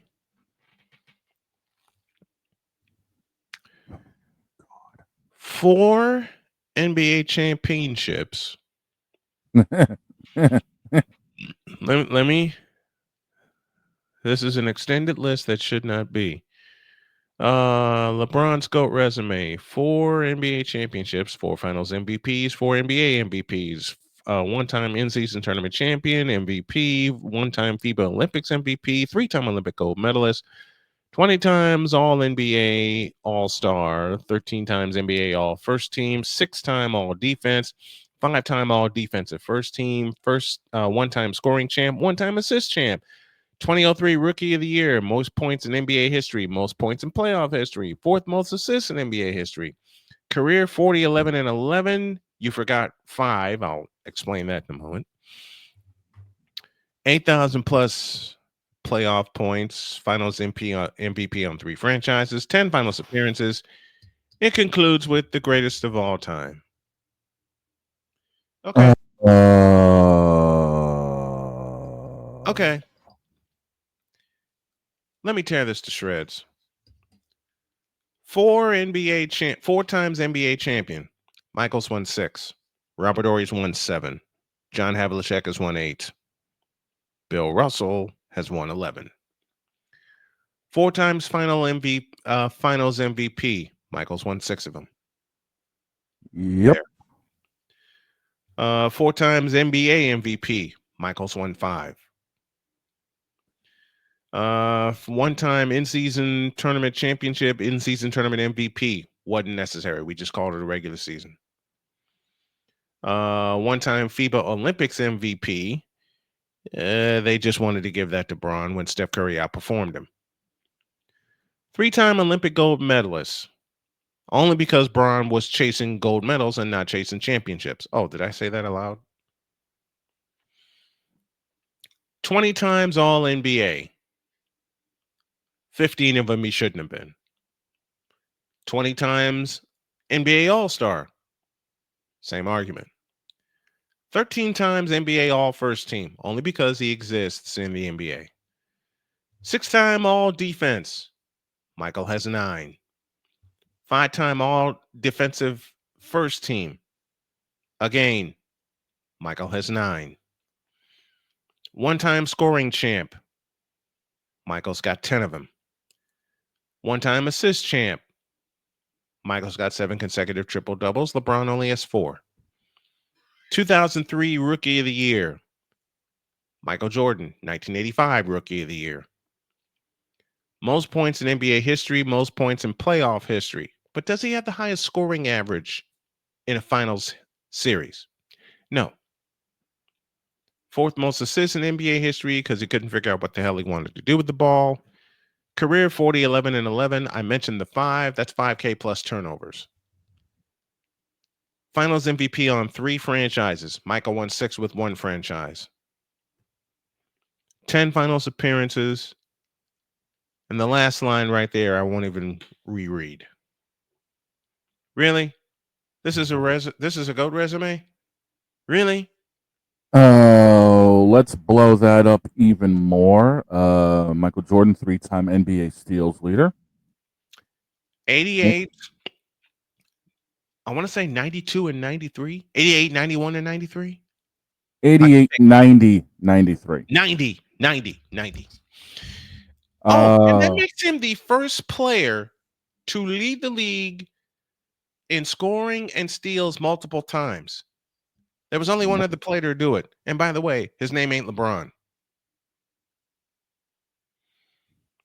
Let's see. Michael is a member of the FIBA Hall of Fame.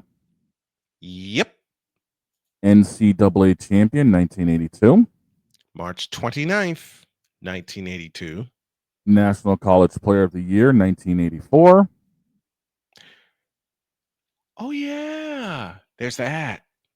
The fact that Michael went to college? I'm sorry. 2-time USA Basketball Male Athlete of the Year, 83-84. The fact that he's an Olympic Hall of Famer in 2009. Same year he was elected to the NBA Hall of Fame, to the Pro Basketball Hall of Fame, rather. Yep. Jordan was named to the NBA 50th anniversary team in 96, 75th anniversary team in 2021. Stop there a minute. 75th anniversary team. 75th anniversary game was played in Cleveland. You would think LeBron James would get a loud ovation in Cleveland for being part of the 75th anniversary team. Didn't happen. And the one thing that will always get under the bronze-sexual skins, the trophy for the NBA MVP is known as the Jordan. Mm-hmm. Hey, bronze-sexuals, suck it. Oh, there's more. There is more, folks.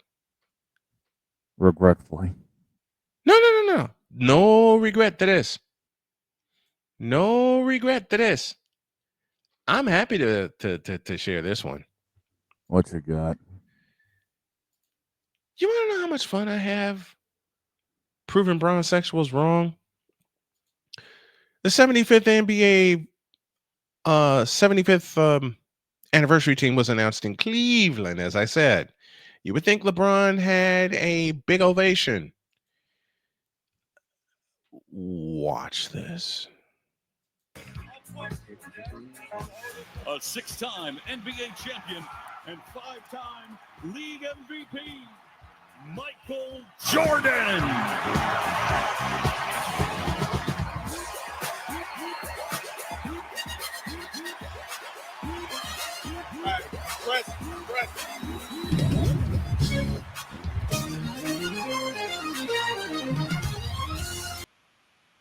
Back when Michael looked like he could still go 48.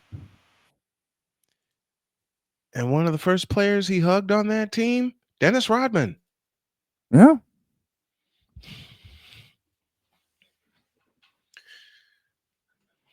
You gotta love when people are. You gotta love when these bronze-sexuals try to attack. Yep. You gotta love when these bronze-sexuals try to attack. As Vic just said, bow down to the real king. Mm-hmm.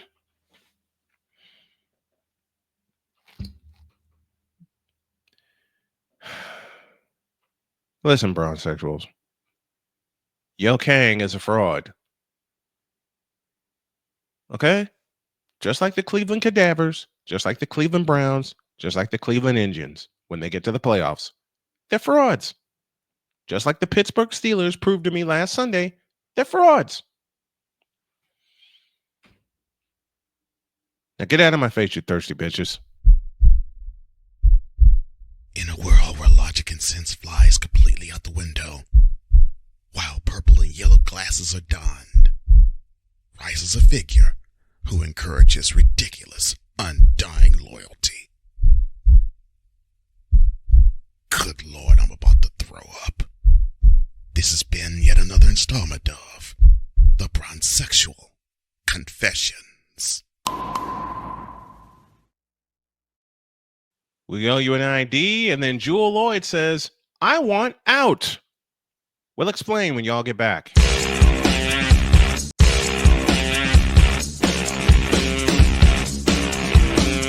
This is Snowman in the morning.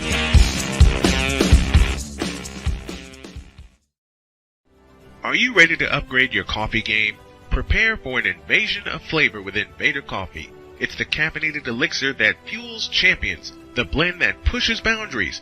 Whether you're battling deadlines or exploring uncharted territories, Invader Coffee has your back. Join the invasion at invadercoffee.com and taste the difference for yourself.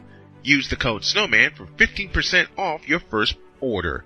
Invader Coffee, veteran owned.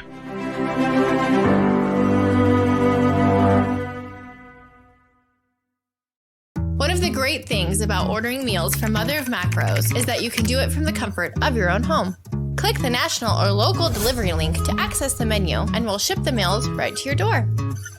We understand you won't always have time to plan, shop, prepare, and cook to provide healthy nutrition for your family, so the process is simple and saves you hours. We know you're busy, so our meals are professionally prepared and packaged. You only need to heat them up and enjoy.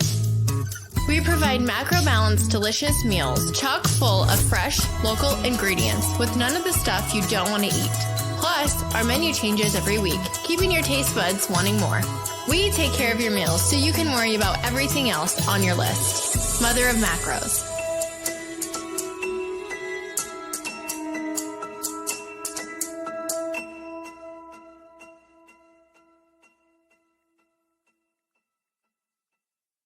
SeatGeek is the ticketing app for fans like the High Five Strangers guy.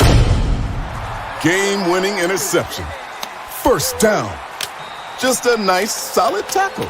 If you're in arm's length, you will be swapping skin with this extrovert. You see, he knows SeatGeek got him a great deal on tickets, so he can focus on what he does best, smacking palms. SeatGeek handles the tickets to sports, concerts, and more, so fans can fan. Quinn. Moment of clarity. I haven't watched BT in years. KP.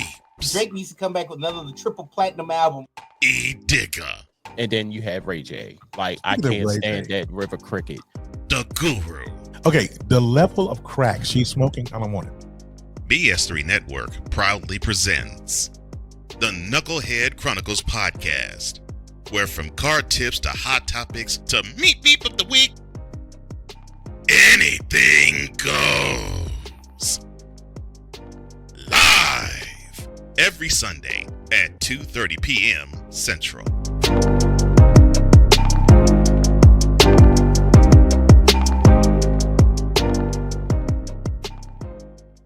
During bad weather, driving can become downright dangerous. What's your emergency, please? Trust Battle Vision Storm, the revolutionary glare reduction glasses that turn your sight bright during bad weather at night or during the day. Watch your ordinary vision become extraordinary. Battle Vision Storm uses light optimizing lenses that block blue rays, so you see clearly in heavy rain at night or blinding snow during the day. Heavy rain, snow, sleet, or fog can make it impossible to drive. Not with Battle Vision Storm. Get your Battle Vision Storm for only $19.99. But wait, due to rising costs and supply chain shortages, this may be your last chance to get your very own at this low price. There is a strict limit of 4 Battle Vision Storm per order while supplies last. Don't wait, order now. Call 1-800-483-6319 or visit battlevisionstorm.com. So call 1-800-483-6319 now. Mister? How do you operate this Twitter thing or this Instagram thing or whatever the heck? You're supposed to know all this stuff. Anyway, welcome back to the show. One more thing. Whose logo is LeBron wearing on the front of his jersey? That's right. The Jumpman. And who popularized the Jumpman? The originator of wearing number 23. Now take that. Meanwhile, I have a surprise.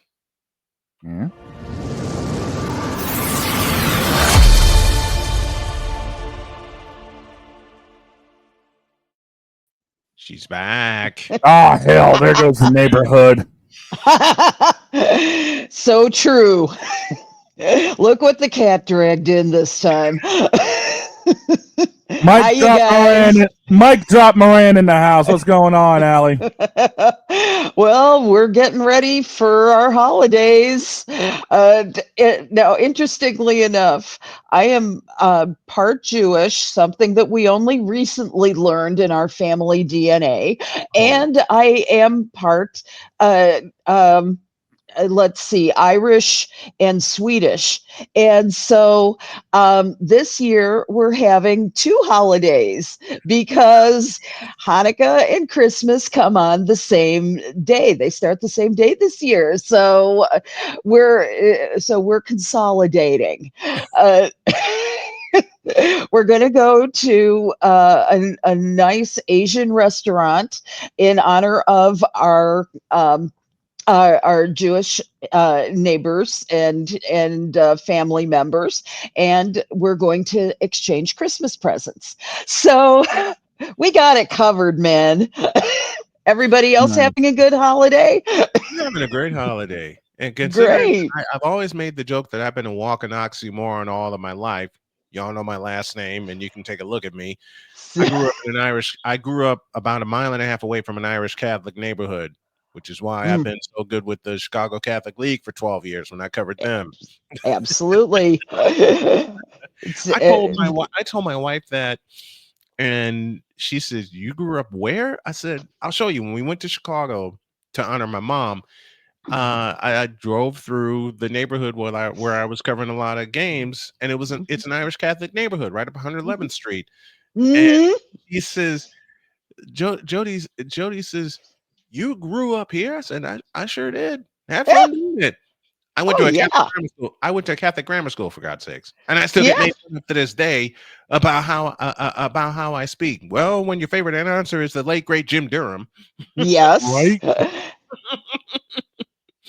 I love that man. I love that man. He was so nice to me. And early internship days didn't matter. He was the sweetest guy, and I just adored him. And When he I was heard Jim Durham fantastic. on WIND, My God. yes, I am. I know I'm showing. I know I'm showing my age. And before Jody walked out of here this morning, she says, "All right, old man, don't be giving anybody your opinion. Don't you have an opinion?" And I'm laughing while she's saying that to me, and I'm here on the air. And I said, "Yes, Doc, I have an opinion." And she goes, "How dare you?" While she's laughing and walking out the door. But anyone who knows me or knows of me, my career started when I first heard Jim Durham's voice. Yes. And when he teamed up with Johnny Kerr the next year and brought the simulcast era to Sports Vision, later Sports Channel, I was hooked. And I said, if Jim Durham could do it, I could do it. So what does my wife do this morning? What does my wife do? Recently, I'm here watching a game, an old game, and she usually picks on me when I'm watching an old game, but I got tears in my eyes because I'm remembering how fun it was to watch games with my parents and how Jim Durham influenced me. All she did was just come in the studio and put her arms around me because of how much I am affected by Jim Durham. And when I learned that he passed away in November of 2012, and I was on a road trip when that happened. When I learned of his passing, I broke because if you have your influences, and God knows I spent time on this program talking about my dad and how much he was an influence to me. Yeah. If there was someone that was close, it was Jim Durham because he just did it for me. He and Wayne Larrivee. And I had a chance to interview Wayne Larrivee. So I've reached part of my mountaintop. But to have all the games that I do of Jim Durham, especially during the Michael Jordan era, I was set. Oh my God. Yes. I was if you know about an era. See, you can die happy now. You can die happy. See, Johnny Most had the Celtics era with the Parkey era with Larry Bird and Kevin McHale. Uh-huh. And all those guys. Dave Zinkoff as the PA announcer had Julia Serving. Lawrence Yep. Taylor had the Showtime era, and so did Chick Hearn, longtime Yep. play-by-play voice Chick of the Hearn. Lakers. Francis Chick Hearn out of Northern Illinois himself. I remember that name well. And oh my God, my first mentor just recently retired about a year and a half ago. Bill Baker, longtime voice at Northern Illinois. Sure. I had I had him on. So my wife made a request for me for Christmas to have some of my favorite interviews so she can look at them and remember, just in case my health goes south. Well, she doesn't know that the Wayne Larrabee interview I now have saved. I now have the Bill Baker interview saved. I got a couple of them with one of our mutual favorites, Allie, Dave Ennett. Oh yeah, voice of the Northwestern Wildcats. Love my Dave. The He's only a one I sweetheart. wish I could have gotten a chance to interview before he passed away was Jim Durham.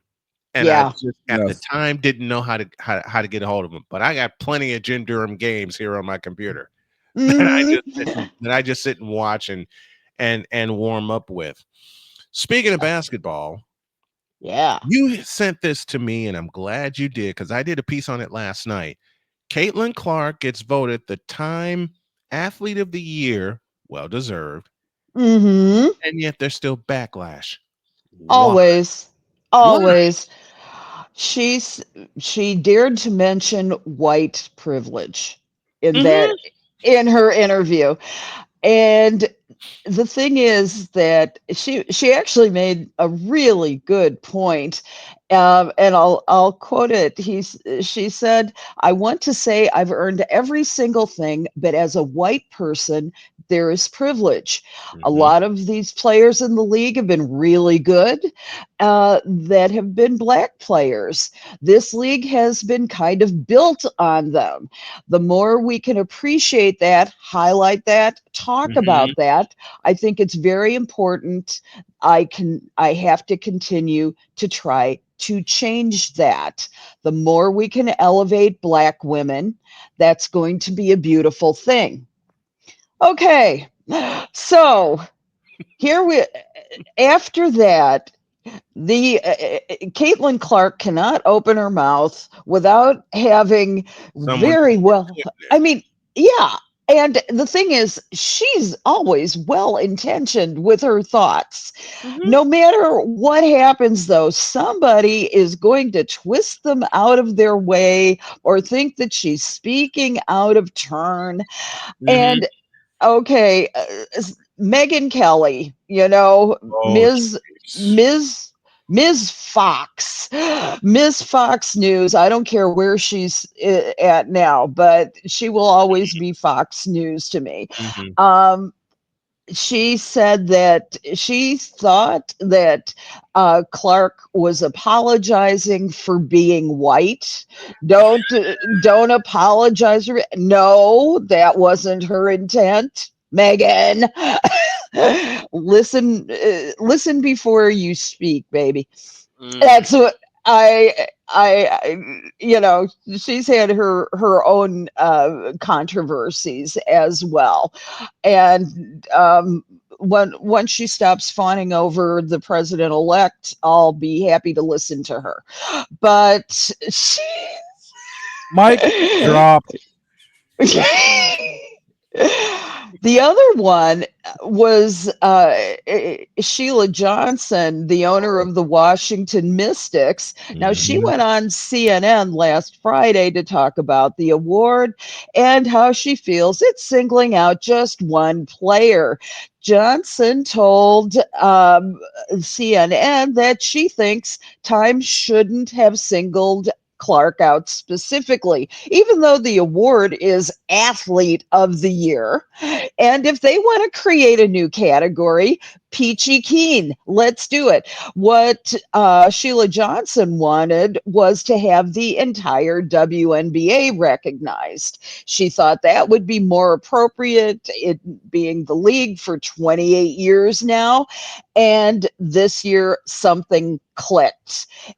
She thought it was because of the draft, the players that came in. It's not just Caitlin Clark. This is what Sheila Johnson said. It's also Angel Reese, so much other talent out there that's been unrecognized.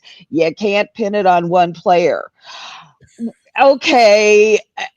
Yeah, okay. Understand where she's coming from. Understand Absolutely. where Sheila Johnson is coming from. I'm well aware that just like the NBA, the WNBA is 70+% Black players. And all very well conditioned, beautiful women, all of them should be role models. The thing is, it's a category issue. Let them. I would have much preferred WNBA to be the Time People of the Year. They've recognized groups in that rather than Orange Face this year.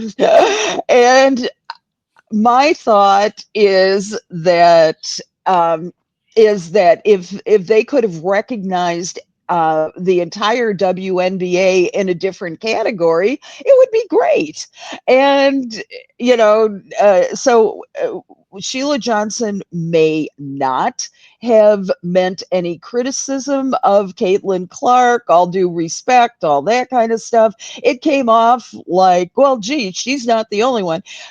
Caitlin Clark herself would say, she's not the only one in the league making wonderful things. That said, according to the Indy Star, who recently did a study, Caitlin Clark alone was responsible for 1 in 6 tickets sold in the WNBA in 2024. And what's more, she was the one people came to see. How many sellouts were as a result of the Indiana Fever being in that arena away from home? And the thing is, Clark was responsible for 26.5% of the economic activity within the league in her rookie year. Something I mentioned last night during my my assessment of Sheila Johnson's comments. On 2 occasions that came to Washington, those are the only 2 sellouts they had all year. Why? Number 22, Caitlin Clark. And people don't want to look at that. I'm like, look, who is the only player in WNBA history this past year to sell out every single game scheduled?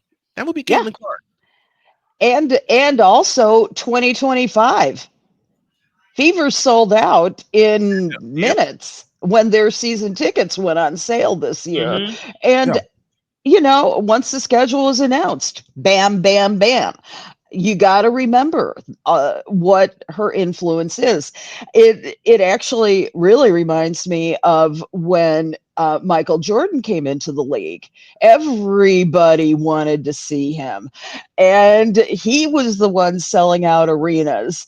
And poor Larry Bird. It's like. He together, I mean, that combination. Now the thing is, it will be an interesting thing to happen when there is another player to come into the league who has the same kind of humility, same kind of humbleness, the same kind of scoring, and just that whole package that comes into the league, who is not white for the WNBA. And there will be that person. I mean, there was Candace Parker. I mean, Candace Parker was responsible for the bump when she came in. You know, and there will be somebody else who comes in that will be that, whether it be Hannah Hidalgo in a few years, whether there's a host of players out there that will bump this league to stratospheric heights. Interesting stats this year. Very interesting stats. 2024, according to Nielsen, is predicted to be the year that the global women's sports industry finally breaks the $1 billion barrier. Now, that's a 300% increase from 2021. Now think of this: global fans are of women's sports, and that includes soccer, basketball, softball, et cetera, et cetera. 43% of women's sports fans are male. Take that. Yep. Take that. Guys who told me for years and years, who wants to watch women's sports? No, they're boring, From a fellow excuse who's me. covered women's basketball since I got started in the industry in 1995, I've been a fan of the WNBA since its inception. And I've been a fan of women's college basketball since their first Final Four, as I said, in 1982. I was hooked then, and I'm hooked now.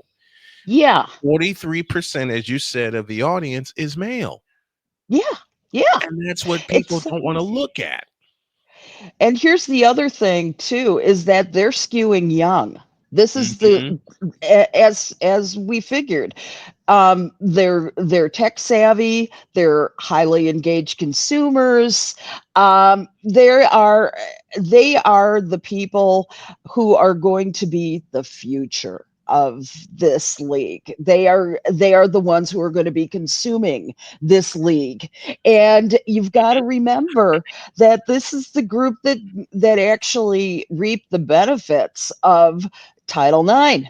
And as long as there's nothing to screw that up in Washington, then and that is a real threat. I keep telling I was recently speaking to a group of college students, community college students, and I said, every year there's a threat that this is going to go away, that you won't have those freedoms, and that's why we all have to stay and fight and not presume that this is locked in, because there's always going to be somebody coming after the freedoms that we enjoy. And so consequently we have to keep fighting for first the recognition and the ability to practice what we need to practice every day. And we need to be ever mindful, ever vigilant over what's there. Otherwise it can all go away. It can all go away, and the efforts of 1972 will go away, and I would hate to see that happen, because fans like me, and I know a lot of men who are fans of women's sports, and many of them cover it just like I do. I've been in play-by-play for 29 years. 28 of those I've done women's basketball, and every year there seems to be something that enthralls me to cover it more. I've been restricted the last 3 years due to my health to covering women's sports here in studio, but I still do it. I still do it. Now I'm waiting for the day I can get back out in person and do it. The last year that I was like traveling around and covering women's sports was 2021, when I was in North Carolina, and the team I got hooked on was the Lewisburg College Hurricanes softball team. Oh my goodness. They went on this incredible 22 game winning streak. And I was there for the first one and the last one when it all happened. And it just gave me a reminder of how much fun women's sports can be when the right people are involved and the right people are covering it. Right. And some of the nicknames I came up with for some of those young ladies, and some of the calls I came up with, when the parents came up to me and repeated some of the things they heard me say about their kids and how much fun they were having in listening to me, that's like that's like, okay, I know I'm doing the right thing. Yes. That was the reminder that I needed. I know I'm doing the right thing. So let's take a break. When we come back, Jewel Lloyd is vindicated, and now she wants out. She said, "Get me out of here." We'll explain when you guys get back.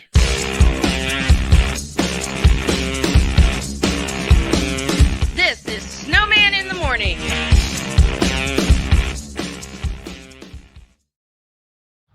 People tell me how lucky my daughter is to have been adopted.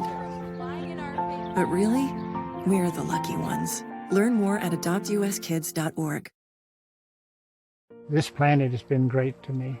It's given me gifts that I can't even explain. It's given me adventures and memories I'll never forget. And Battleborn, I think, has given me the opportunity to go beyond and give something back. How can I be a better custodian to this planet and the place I live? That's where I am with Battleborn. Let's make the planet a better place.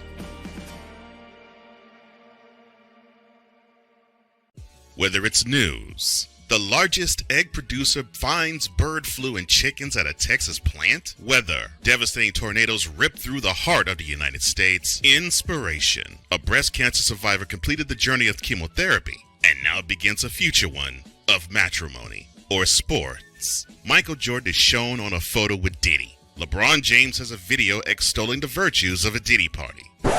This has been yet another beating a dead horse presentation. We got you covered. S3E3 Network, in association with Comey Media Incorporated, proudly present The Morning Shift with Cole Johnson. Live every weekday at 8 a.m. Eastern, 7 a.m. Central.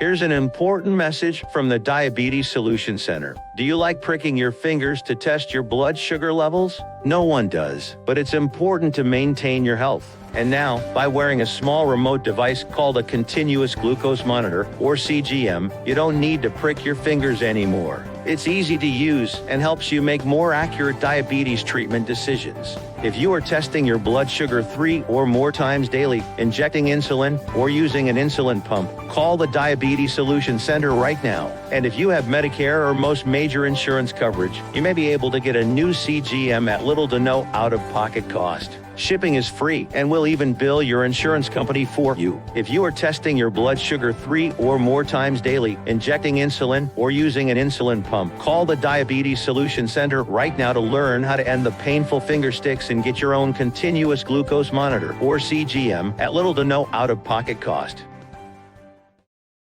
SeatGeek is the ticketing app for fans like Boomstick Lady. No free throw is safe from the roar of her sticks. SeatGeek helps her find a seat in the direct eye line of the shooter so she can sit where her boomsticks make the biggest boom. Everybody okay? SeatGeek handles the tickets to sports, concerts, and more, so fans can fan. Join the transporter to Hades. Your butt and gut becomes one. Join the reformer of hooker whores. This is my daughter, Placenta Booty Johnson. Join the bronze car. Whenever you are in distress, take off your baseball cap and throw it in the air. Join your very own superhero of broadcasting, Chris Bass. So whatever color crayon they get, they palm it and do 2 circles, and that translates to, I can beat up black people. As she takes you through the week's paces in Baseline. Live every Saturday at 8 a.m. Eastern, 7 a.m. Central. No, Pacific Time Zone people, just stay asleep when this is on live and just catch the recording. Oh, I'm sorry. Exclusively on the Chris Bass YouTube channel.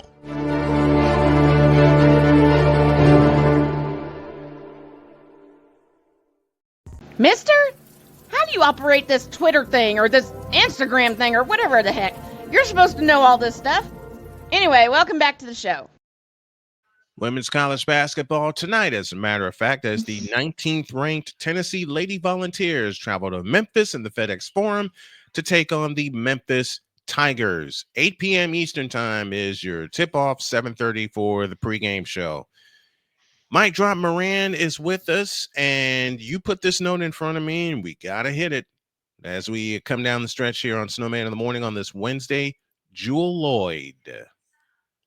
There was some things that she was investigated about. She's been vindicated, and now she says, get me out of here.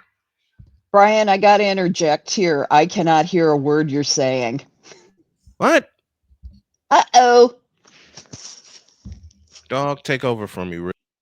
Yeah, Snowman gets his stuff figured out. We were talking about Jewel Lloyd with everything going on.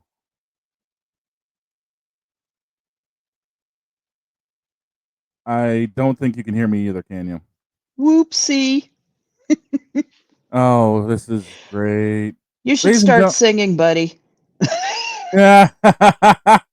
No, I don't think I'll sing. I think it's on her. I think it's on her end because she can't hear me either. Okay, still cannot hear you at all. Why don't you go out and come back in? Here we go with the technical problems again. Reset. Reset. Hang on a second. We'll do this. Let me get her on this. So is it on her? Okay. All right.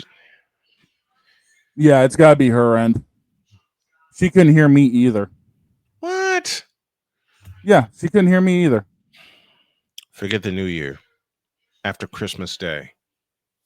Yeah, we'll get this stuff taken care of. It'll at least give us time to set everything up for the triple header. Yeah. And that triple header is going to be crazy. It will be. That triple header is going to be crazy. Matter of fact, while we wait for Mike Drop Moran to return, why don't we just take a look at that? Why don't we take a look at that triple header? Oh, Lord have mercy. Tomorrow we got a doubleheader for women's basketball, and I think we got Allie's back. Miss Moran back. Let's try this again, shall we? Can you hear us this time? You got us now? Hear you. I can hear you both just perfectly. Your mellifluous tones have been restored to me. Thank you. Good. I already liked you, Al. You don't need to sweet talk me. I like you too, buddy. Jewel Lloyd was the subject before. Jewel Lloyd, we had our technical difficulties, so I'll give Mike Drop Moran the floor because you brought this to my attention, and I want you to explain to folks what's going on with Jewel Lloyd and why she wants out. Well, there was an investigation for violations of workplace conduct at the Seattle Storm, and there were some serious problems involving the abuse of players, not living up to contract, things like that. The investigation they said this was an independent investigation. Jewel Lloyd brought those charges, and the investigation turned up nothing. And so, nonetheless, this creates some fairly interesting scenarios for the Storm.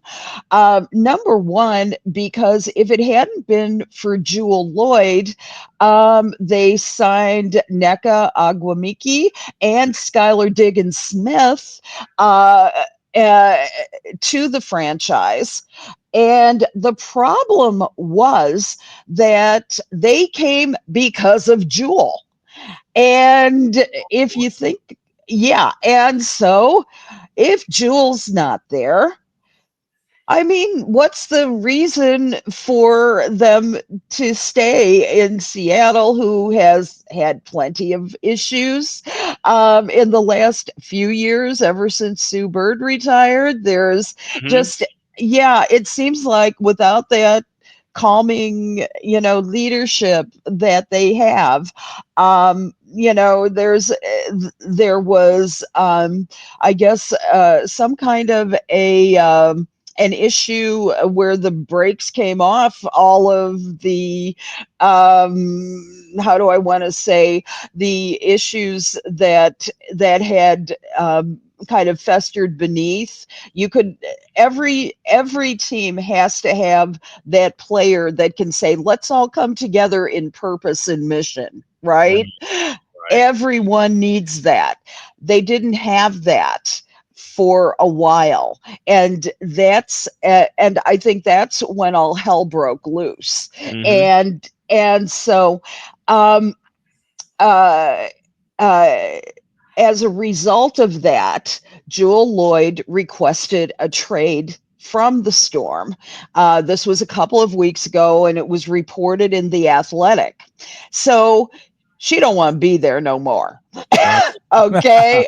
Right. And yeah, so so this triumvirate of NECA, Skylar, Jewel, is probably all going to be on the trade block at this point, because they don't want to stay in a place that's hostile, where there was nothing found, nothing went to the level, apparently, in the investigation of things that needed to be addressed. It kind of, even when the Las Vegas Aces had an issue a few months ago, Becky Hammond, they found a little evidence of wrongdoing, and she served a suspension, got humbled, changed her tune, things like that. The Storm don't have to do that. So what's the incentive to stay? Right? And how do you think this plays out from here for Well, Seattle, for all parties involved? Well, I say for Jewel Lloyd, the sky is the limit for her. Just because she's been there for so long doesn't mean that she doesn't still have juice in her tank. And with the proper team, she could absolutely contribute to an improved or winning season. Personally, I want to see her with the Sky. She'd be a good fit with them. Yeah, with Tyler She'd be a Marsh. fantastic fit with them. Yeah, I think that with her years of experience, especially, she can bring the Western Conference over to this Eastern Conference team. She could be a good mentor for Angel Reese and Camila Cardoso. She could, and even Kennedy Carter. I mean, she could be that for them. And God willing that they re-sign Kennedy Carter there. Another possibility, if they want to stay, if they want to stay in the Western Conference, let's say that the Golden State Valkyries, the new team this year, could definitely use her expertise as well. Yep, they could certainly use that. Also, what happens to Kelsey Plum in Las Vegas? Is she staying? That's a great question. She has had a tough year. She's getting a divorce from her husband of like under 2 years. And she just elected out of the Unrivaled League for the season. which is Mhm. coming up in January. Yep. And so, she would be a great fit in the Aces scheme as well. Mhm. And she is an unrestricted free agent this year. So we'll see where this all plays out. I will be very curious to see how Jewel Lloyd decides to play this. I think it will depend on money and the right circumstance. And I know this from personal experience. Once bitten, twice shy. Yep. You're not going to want to walk into a situation just because somebody wants to have you, Mhm. right? They are. What's going to happen with Jewel is she's going to make sure that the environment around her is going to be conducive to Yes. having a really pleasant time.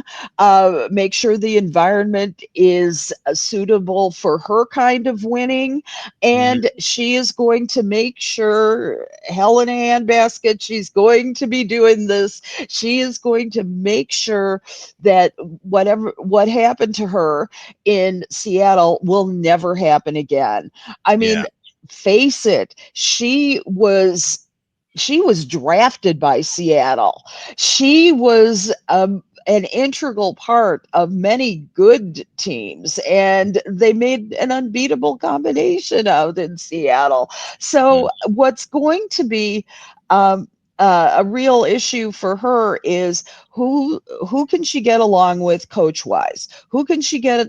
Who shares the kind of vision for winning that she has? Because she's got some ideas now as to She how that does. works. She does. Yep, yep. So it's going to be an interesting situation. But I would say for Jewel, the world is her oyster right now. Yeah. And there's, like you said, there are so many choices and so many chances for Jewel Lloyd, and the sky Hmm. is the limit for her. Just going to depend on the money and the right and the right situation. Speaking of Yeah. situations, to the PWHL we go. They're back to work Hmm. after an international break. Your thoughts on the second season of the PWHL so far? Well, they're 9 games into it, and it is a pretty unusual situation for them.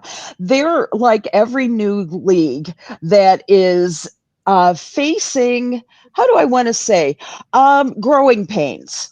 Mm-hmm. Not let me just take the New York Sirens. Yeah. Uh, there and the thing is that last year they bounced stadiums, they bounced rinks. Mhm. They were in Connecticut, New York, and New Jersey last New Jersey. season. Mhm. Where the hell are they going to go? I mean, imagine having to go to Connecticut every time you want to play your game. It's Right. you do it, Mhm. but that's an hour train ride from New York. I don't know how long it is on the turnpike, but that's disruptive. So this year, finally, they're going to join the New Jersey Devils, playing out of Newark, New Jersey's Prudential Center. So they've got a home, Good. thank God. Good. Good. And there's genuine excitement about that. And they're actually going to have their home opener tonight. It's believe it or not, against the Toronto Scepters. Mhm. And there's an issue too. Ticket sales hasn't been that spectacular, but I think that this unusualness of their of where the games would be played has affected this a great deal. The league only opened 2/3 of the lower bowl. Right. Yeah, as of last week, this weekend, I should say, there's still more than 700 tickets available. Mhm. That said, it'll still be a good crowd. compared with the PWHL's attendance last year. Mm-hmm. So we'll see about that. Second, How do go they ahead. improve the intent? How do they improve the attendance, especially with all the stadium hopping that's happened so far? What has to happen for the Sirens to get the interest Well, as well as the attendance? Well, I think being stable in one stadium will help.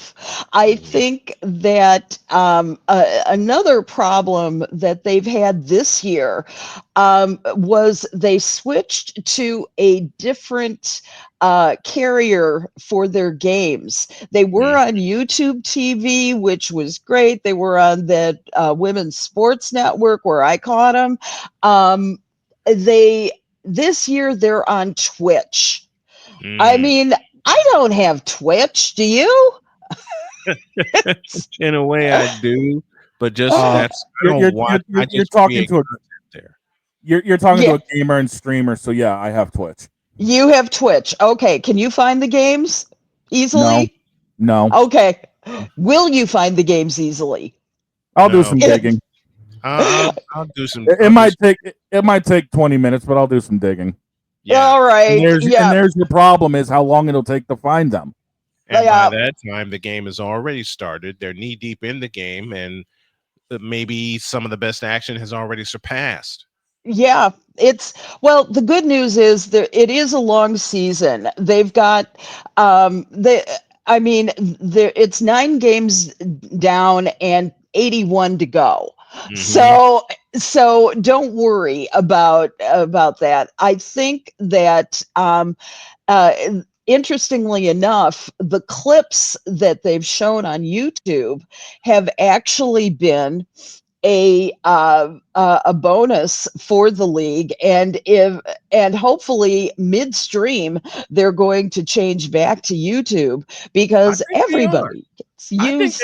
I think they Well, are because everyone was so used to having the free I- access to it. I can Yeah. also say that the local coverage for the Boston team is actually carried on Nesson up here.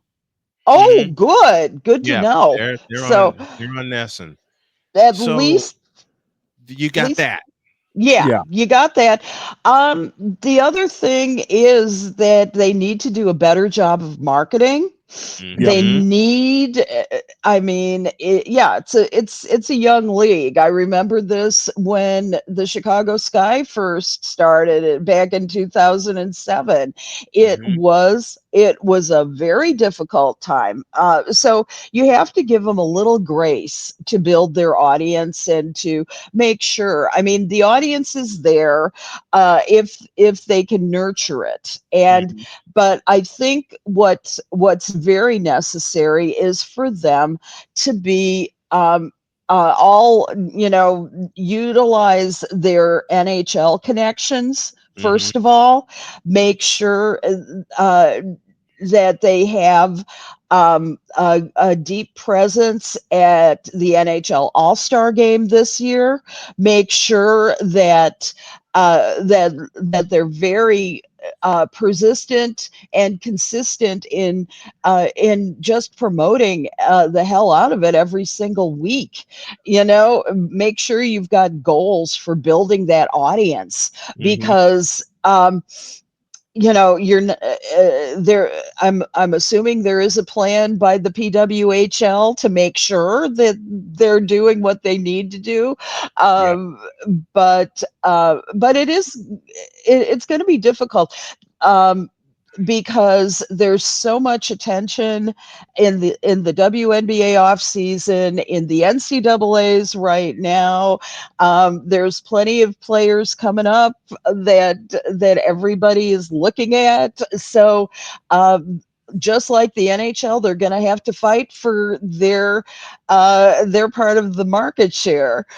And but by settling those things and by making sure that they are very consistent and pounding every day in their markets and nationwide, they're going to do a hell of a lot better. That's Allison Mike Drop Moran joining us as she does every week. Couldn't do it yesterday because of our technical difficulties. She's on today. And the inside is always there. Look for this to be on the YouTube page as well as the Snowman in the Morning YouTube page. My dear, always a pleasure to have you. We thank you and we love you. Can't wait to talk. We love you too. We love you both, and believe me, I want to wish you all, just from the bottom of my heart, happy holidays, and to a wonderful 2025. Absolutely. Thank you, my dear. Looking forward to being with you. Love you guys.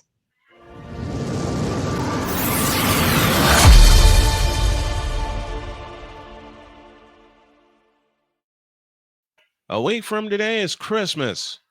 What's going to be under your tree? Tomorrow, we'll talk about some of the best and the worst gifts we've gotten for Christmas. And y'all are going to love what I got in the store. Oh boy. In fact, I'll share one right now, and I'll tell them more detail tomorrow. Worst Christmas gift I ever got was the flu. I know the feeling. 1995. Christmas Eve, I was fine, running around doing everything. Christmas Day, however, not so much. Right. Because I woke up and I was okay. I went back to sleep. I woke back up and my body said, My mother thought I was being antisocial. I really wasn't. You know, you got the flu when you look downstairs and there's more in the staircase than you thought there were. Yep. That's how bad it was. Fortunately, Dad came to the rescue, and I still can't tell you to this day what he gave me. Okay. Because he gave me some kind of concoction, and I don't know what happened, but I slept the day away. I remember seeing two plays, one from Cowboys versus Cardinals and one from Magic versus Rockets at different points of the day. Right. I don't know what the heck happened. Well, let's get on out of here. Yep. Let's go ahead and get. But tomorrow, best and worst Christmas presents. Get yours ready because we're going to talk about them all. Have a great day. God bless. Remember to make your next move your best move. And always remember, if your dreams don't scare you, they're simply not big enough. Dream big, do bigger. We are, and we hope y'all are too. Christmas is next week. So long, everybody.